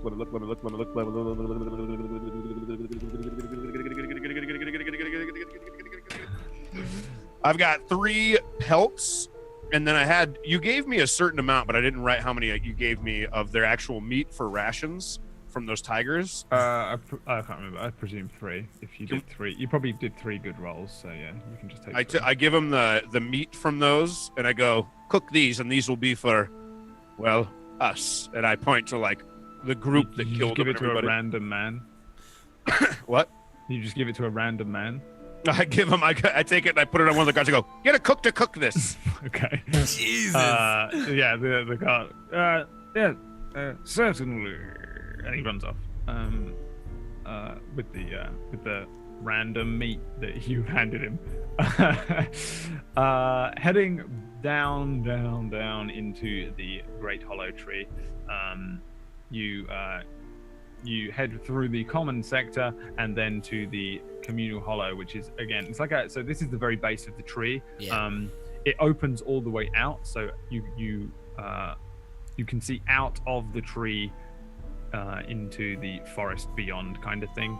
Although it's enormous and huge, there's all sorts of things going on here. There's like 2 different bards playing on the central circle thing where you gave that great speech before. Beautiful music.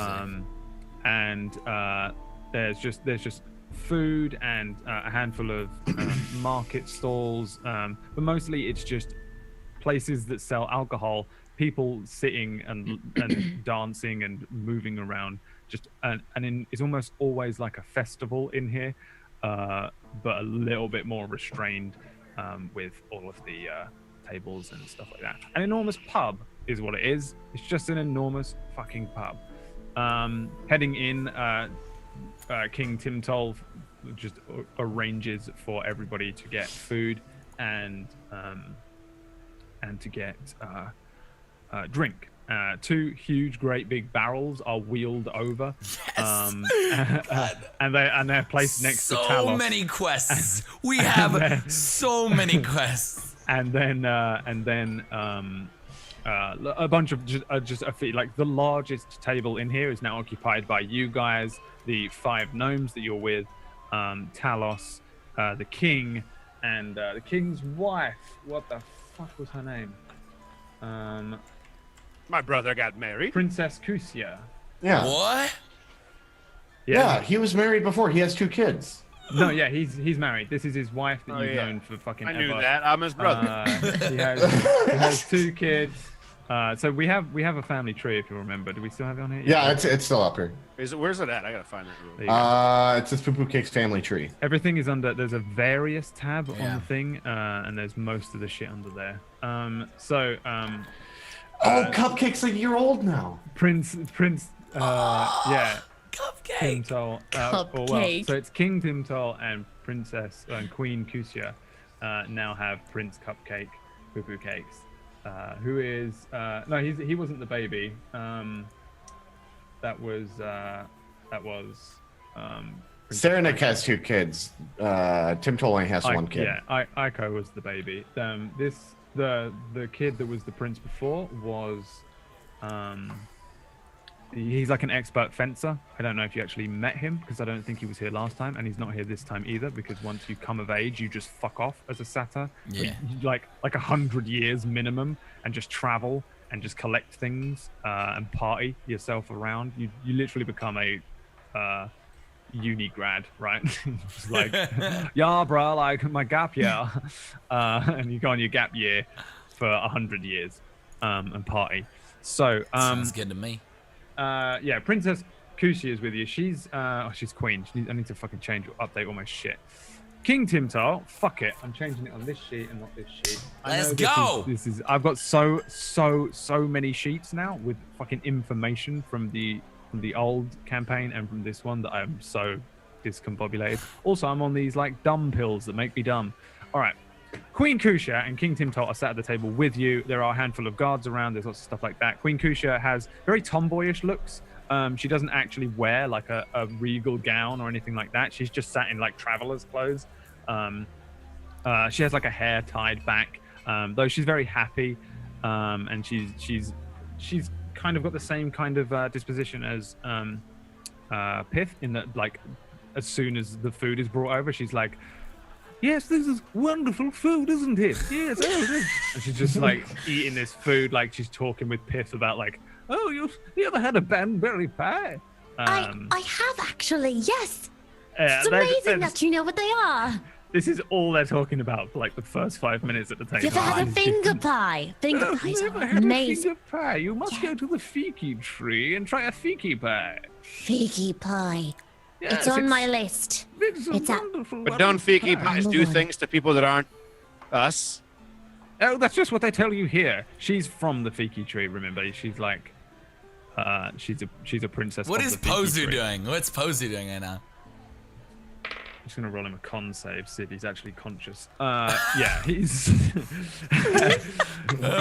he's just fucking loving it. He's like looking at all of these Sata going around. He's like, I didn't even know about Sata. And then someone hands him like a fucking chicken stick, and he's like, this is the best chicken I've ever had. What's that? He's drinking some strawberry wine, like, oh, this is divine.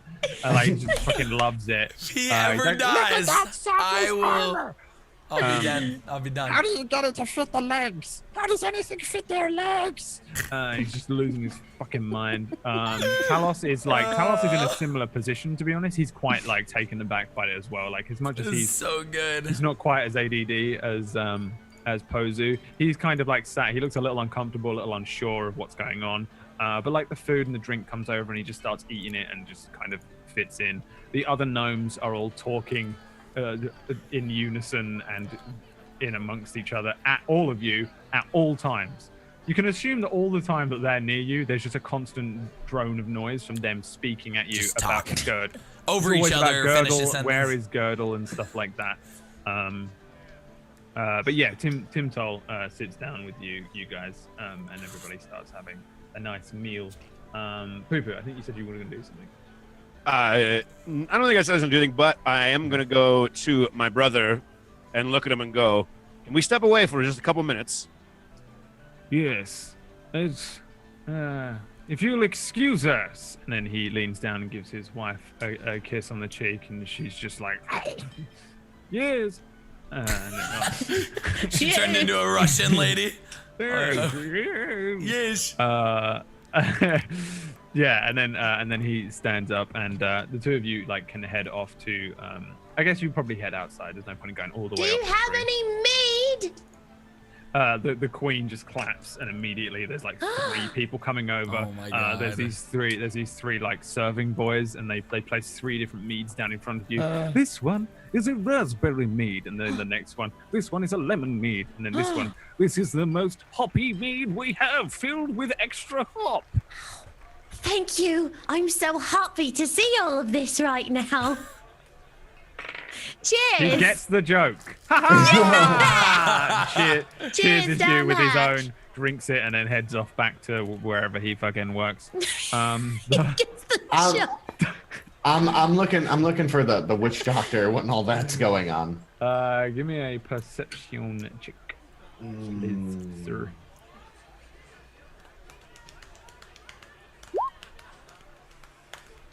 Mr. Suna does not appear to be in here right now. Okay. So yeah. I'm gonna start asking around where Mr. Suna is with like getting whiskey after I ate, and I'm just like, Yeah, I looking mean, around for- there are these guards, right, which are like, so the general rule of thumb when you're here in Elric 10 or the Great Hollow is that the guards are just here to serve you. Pretty much everyone knows who you guys are. Oh yeah, You're like super famous. I know it's been a year for them, but we're top dogs. they generally know who the fuck you guys are, like 100%. Yeah. You're also you just show up, baller, in a fucking air shit, and then waltz in like, where's the fucking king? And the king shows up like, feast.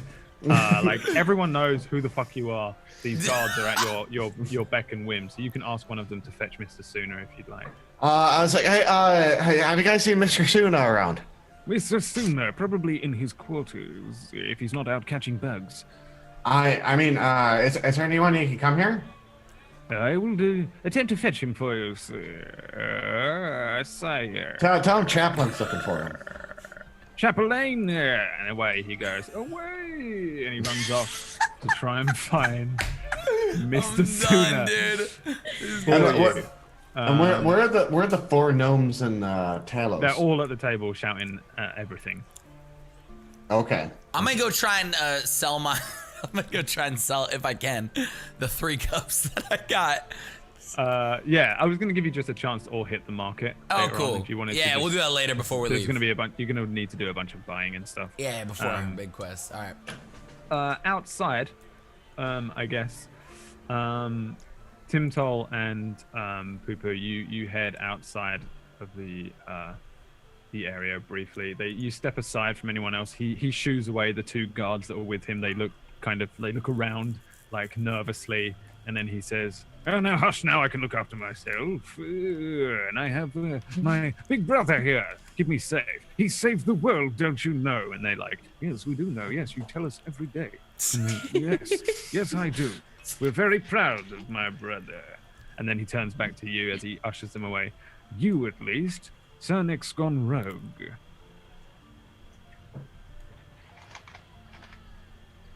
We have bigger problems than Cernic. Not too sure. It seems he's been knocking about with a terrible necromancer. Well, that's funny. He's not alone in that process, but can we talk about that in a minute, brother? Of course. What brings you here? Not the end of the world again, I hope. Well, I can't promise that, and I'll fill you in on everything. And as I do that, I'd say 5-10 minutes goes by, and I tell him everything that has happened since I got out of hell. And then, after I go on about that... He's horrified to hear that you went to fucking hell instead of...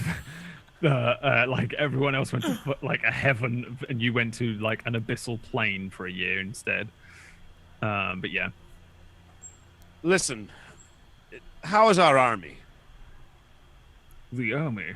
Well, we have, of course, the standing army of only a few hundred satyr, and then the guard, if we needed to muster them up, another 150 or so. I'd say no more than 500 satyr men that can fight in the tree in total.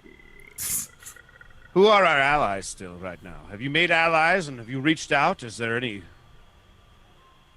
Brother, we have not been at war for a very long time. I asked you a question, brother. There is the Fiki tree, of course.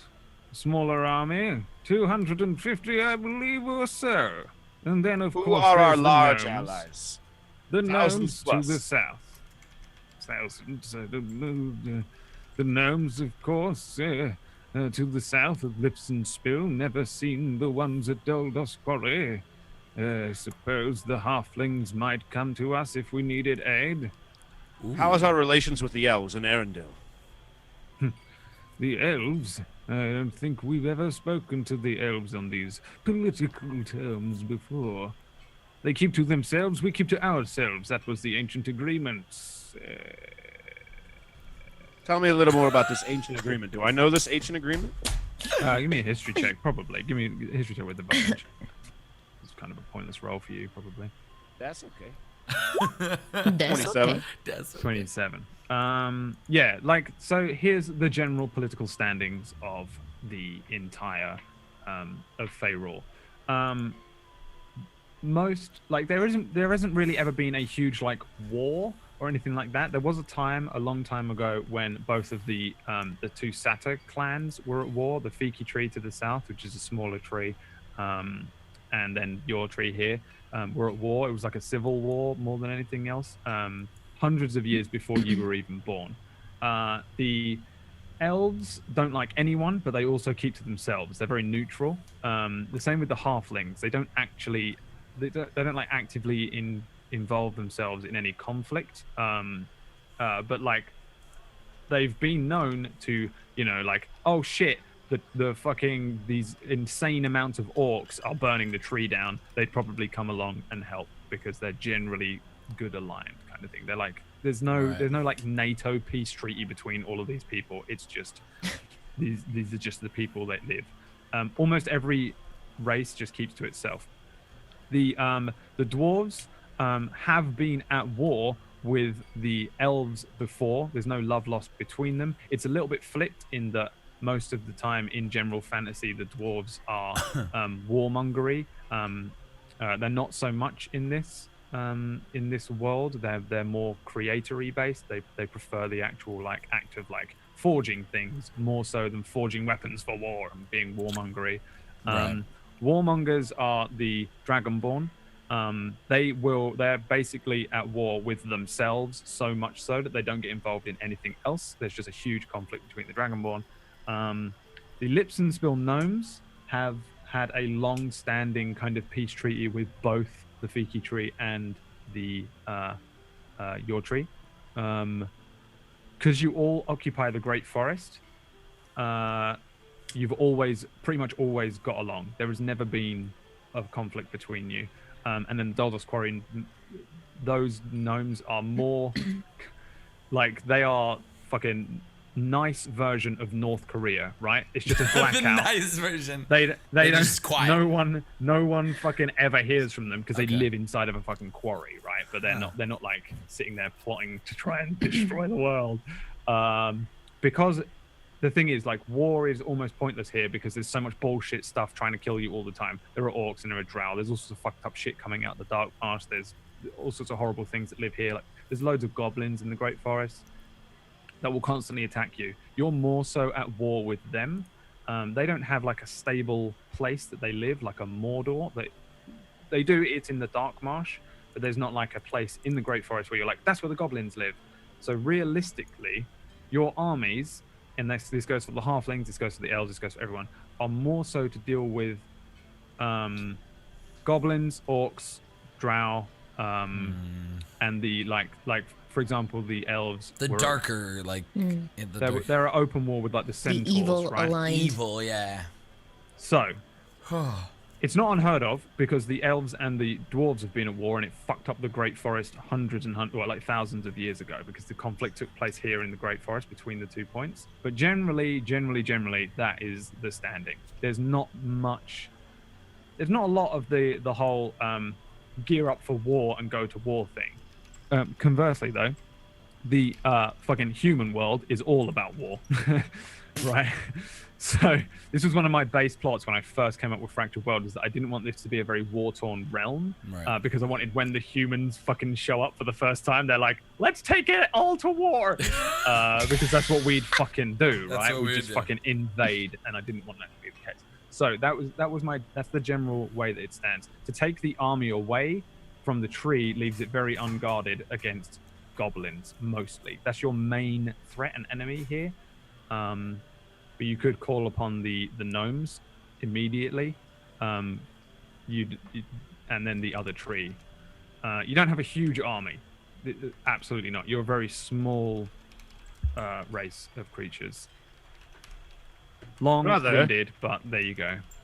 Yes. Wow. I have a big problem, and I'm trying to figure it out, and I've been trying to figure it out.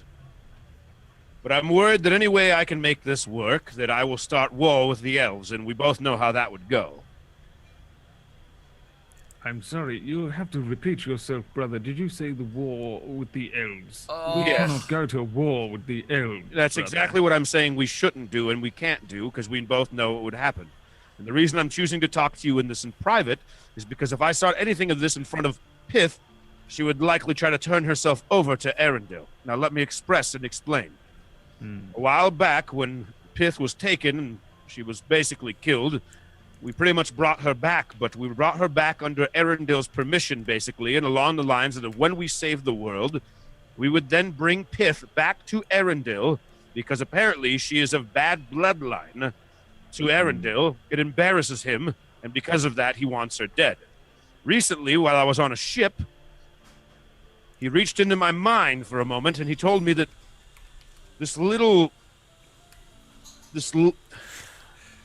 Lorella is her name. She's a little fairy. That if we didn't have Pith there within 30 days, she was going to kill and execute Lorella. They don't know about this yet. They have no clue. And he's only been into my mind. So in the next, 27 days now, we have to take Pith there. Otherwise, Lorella dies. Now, here's the thing. Between me and you, I could care less about this Lorella because I would never give up Pith. Ever. And I still won't. And I will go to the grave before I do. Oh. This is where the problem lies, though. Arendelle is much stronger than me. He's much stronger than all of us. Well, yes, he is. Don't the know what oldest to living do, elf. brother. You would go to war over this sprite. Not the sprite, over Pith. And it's not really that I would go to war, because I don't want to kill our people. I want to keep our people out of this, but I'm worried that Arendelle won't leave our people out of this if we don't bring Pith there. I'm worried that in 30 days, he will kill, her name is Lorella, and then he will come after us. And he won't just come after us, he'll come after our families, I assume. because he's, well, Arendelle. So I'm poised at this point in time because I have to leave you tomorrow morning because we need to go to the other world, which you probably don't understand, but we have some, well, problems to take care of in another world with our friends Chaplain and Clutch. Brother, I don't know how to tell you this, but I, for the first time in my entire life, have no clue how to handle this scenario, and I'm coming to you. You believe that if you do not save this pixie, then the elves would come, invade, and destroy the Great Hollow. I believe that if we don't take Pith to her so that he can kill her because he's racist, that he will eventually come after our families. Do you think, perhaps, you could break into Thorellian? Steal back the pixie? Hold on. You're not understanding me, brother. I don't care about the pixie. I care about Pith, who is in the other room gorging her face on all of our food right now. You remember her, right? But do you not think that we could arrange to have Arendelle Venom assassinated? Dun, dun, dun. This is a thought that has crossed my mind, but do you really think that somebody that we would know as our group here could really assassinate probably the most powerful person in Turin? Or, well, Faerû. You have Sorry, an I'm getting my world. assassin at your disposal. He came to see us, I think at least 6 months ago. Yes, He but do you called think that he himself could really take Viper. out Arendelle? Wait, did you hold on? Did you say Viper? Yes. He The came, problem with he bringing told Viper me- in is he works for the gods, and the gods would not allow us to get involved. Or him to get involved, I guarantee it. Well, in that case, How do it you... seems Wait, the pixie must die, and we must bolster our forces. If you truly believe the elves are coming, then we must ready ourselves for war. I truly believe that we need to let everybody know in the world the racism that Arendelle has been drocking upon everybody for the last years. And I, as a person who's been around this world for 400 plus years now, am tired of it. He wants to kill somebody I found and loved dearly as a great friend. He wants to continue to do this when he has no right to, and we should not allow that in our world. There's no other group. Do you know if the gnomes would kill someone, or the dwarves, or even the rock gnomes? Do you think they would kill each other just because of some kind of supposed crossing of... What if we had a satyr and a gnome? We wouldn't kill them, would we? The elves are the only people at this point in time, including Arendelle, who would kill someone based on that. And I think that it is time that we let the entire world know how awful he is. And I think one of the ways that we go about this, and the way I've been considering this in my head, is that, well, we use, as some would call, I think in the Turin world, they call it media. I think we spread the word that Arendelle wants her dead because he is a racist bigot, and he wants her dead for stupid reasons, and I can't get by on that, and I will take it to the grave, and if I die because of this, well then, at least I died from my actual friends. It is no secret that the elves are a bunch of bastards. Or at least, so far as I know, the council and the way they run Thorellian. But I think that there we is need to get a no council force meeting that can of everybody stand here. against them. I think we need a council meeting. They are too powerful for us, unless we were to band together. I think we Us, need to call the gnomes, council. the dwarves, the halflings, perhaps. We could Including fall, Arendelle. we could make a stand, but I don't think they will do this over just a sprite and even It's not over Hey. just a sprite. It's over somebody that thinks that people need to die because they're not the same as them. but taking an entire If he world does that to war. her, how long will it be till he goes power crazy and potentially does it to everybody else? I They think that haven't we done it call so the far. councils of everybody, including Arendelle, and we all have a meeting. World Council. I think the World Council needs to get together for this, yes. Such a thing is unheard of. Well, such a thing should be heard of. You're the king, make it happen. Yes, I'm the king of this tree. I'm not Of the this king tree. of the world. I have very little influence. You know this, brother. I know you have very little influence, but you're a king, rather. You think people don't take you serious? If you say this High Council member wants Pith so badly, do you believe he will come to a meeting? I believe that he is of right mind he will come to it, and if we have everybody get together and he does not come, what will that say about him? You think you can organize this meeting before he kills the sprite? I don't think so, to be honest with you. I do not think we have the sway or the influence to bring kings here, or to any location. I don't think any of the kings would listen to me. Perhaps the gnomes, the Fiki tree, of course. That is all. You don't think the dwarves would come? No. The Not dwarves over are always looking for a fight against elves. Not over a halfling, not over a sprite. Perhaps one of their own. How do we know they don't have any of their own right now? We can send a message And how about we send a spy as well? to the dwarves.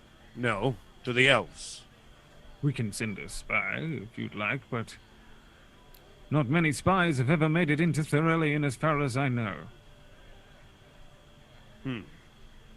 Either way you look at this, brother, I'm not letting my friend die. And I don't want war to come about because of it, but at the same time, Arundel needs to die. I fear it leads down a terrible path, but I I fear it agree does with too. you. We have to try our best. Perhaps if we can get some of the leaders, the others will back us later down the line. I agree with you on this. I also think that it'd be smart for me to reach out to Viper, as you said. Let us get Viper here, and let us invite Erendil to the tree, here, on our own terms. That's not a bad idea, but Pith cannot be here when that happens. I'll have to leave them and Agreed. stay behind. He looks up, and through the trees you can just see the base of the Quinlan airship. He says, I think it is quite easy to take Pith away. They wouldn't so, be too. able to capture you in that. But do you think, though, that I should stay here or go with them? I feel like I might want to stay here if Viper would potentially come here, and if we were to invite Arundel here. Because if I told Arundel that Pith was here, he would come here in an instant. Let's see what Timtol knows about magic. Hey, Timtol fucking understands telepathy really well. Crit 20 well. He says, you say he is able to contact you in the mind, which means he probably knows where you are at all times. But not the others. You would have to stay. I think so. I think I do not want to leave my friends, but at the same time, I think it's due time that we take care of a situation like this. You Shall can't I... let somebody like Arundel stay around and be pushing people around just because they aren't the same race as him.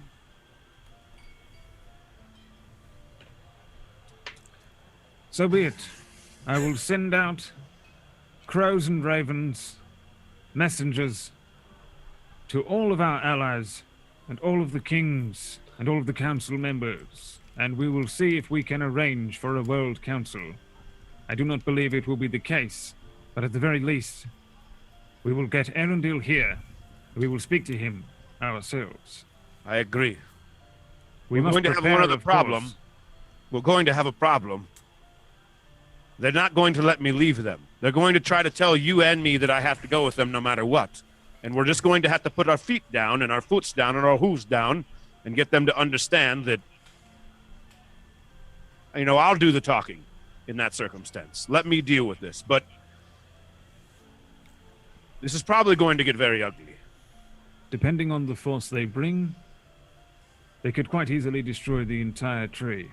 And if they destroyed the entire tree, do you think that Faerul would stand up against the elves? Because well, let's be honest here. If they burn our tree down and all the other people that are here see it, and we get all the people from around the world, all the kings here, they're not going to be very happy about that, I don't think. True, it would likely unite much of Faerul, but such a hefty price to pay. How about we meet them somewhere else? Maybe we can talk to the dwarves and have the meeting there. I don't think Arendelle will be burning down any dwarf fortresses anytime soon. I don't think the dwarves will allow a force of elves to come to Aston Carrick. You probably bring a good point there, too. Do you think that the elves would really burn down everything here just for this one woman? Based on what you have told me, brother, it seems like it may be the case. Are you willing to do this? He like puts a hand on your shoulder and says, "Truly, brother, you should be king. So, I will entrust you with this." Dang. Start working on it. Come, let us feast and enjoy the night. Yes, let us feast. And I throw my arm around him and I skip with him. Yeah, and they skip. They skip back into Jesus. the. We're They just skip back grubbing down. into the tree. That is a good place to end this session. My there is God. many things. I will make some Motherfuck. notes. No. The thing is, there is also at this point, Mr. Sooner is kind of this weird little shamanistic man is heading over towards the table and stuff. There's some stuff to do, but I feel like we're not going to have the time if we try and do it now. So No. There's political so much. world intrigue immediately. What are we? Episode 4, Dude. Like, And now it's turned into fucking Game of Thrones. and it's This is- turned no, this into is Game Lord of of the Thrones. Rings, man. It's gonna be. This is Lord of the Rings kind of stuff. This is very Lord of the Rings-ish, I except literally- you have very little world sway. You are a very small, tiny little. Oh, we also just saved the world, though.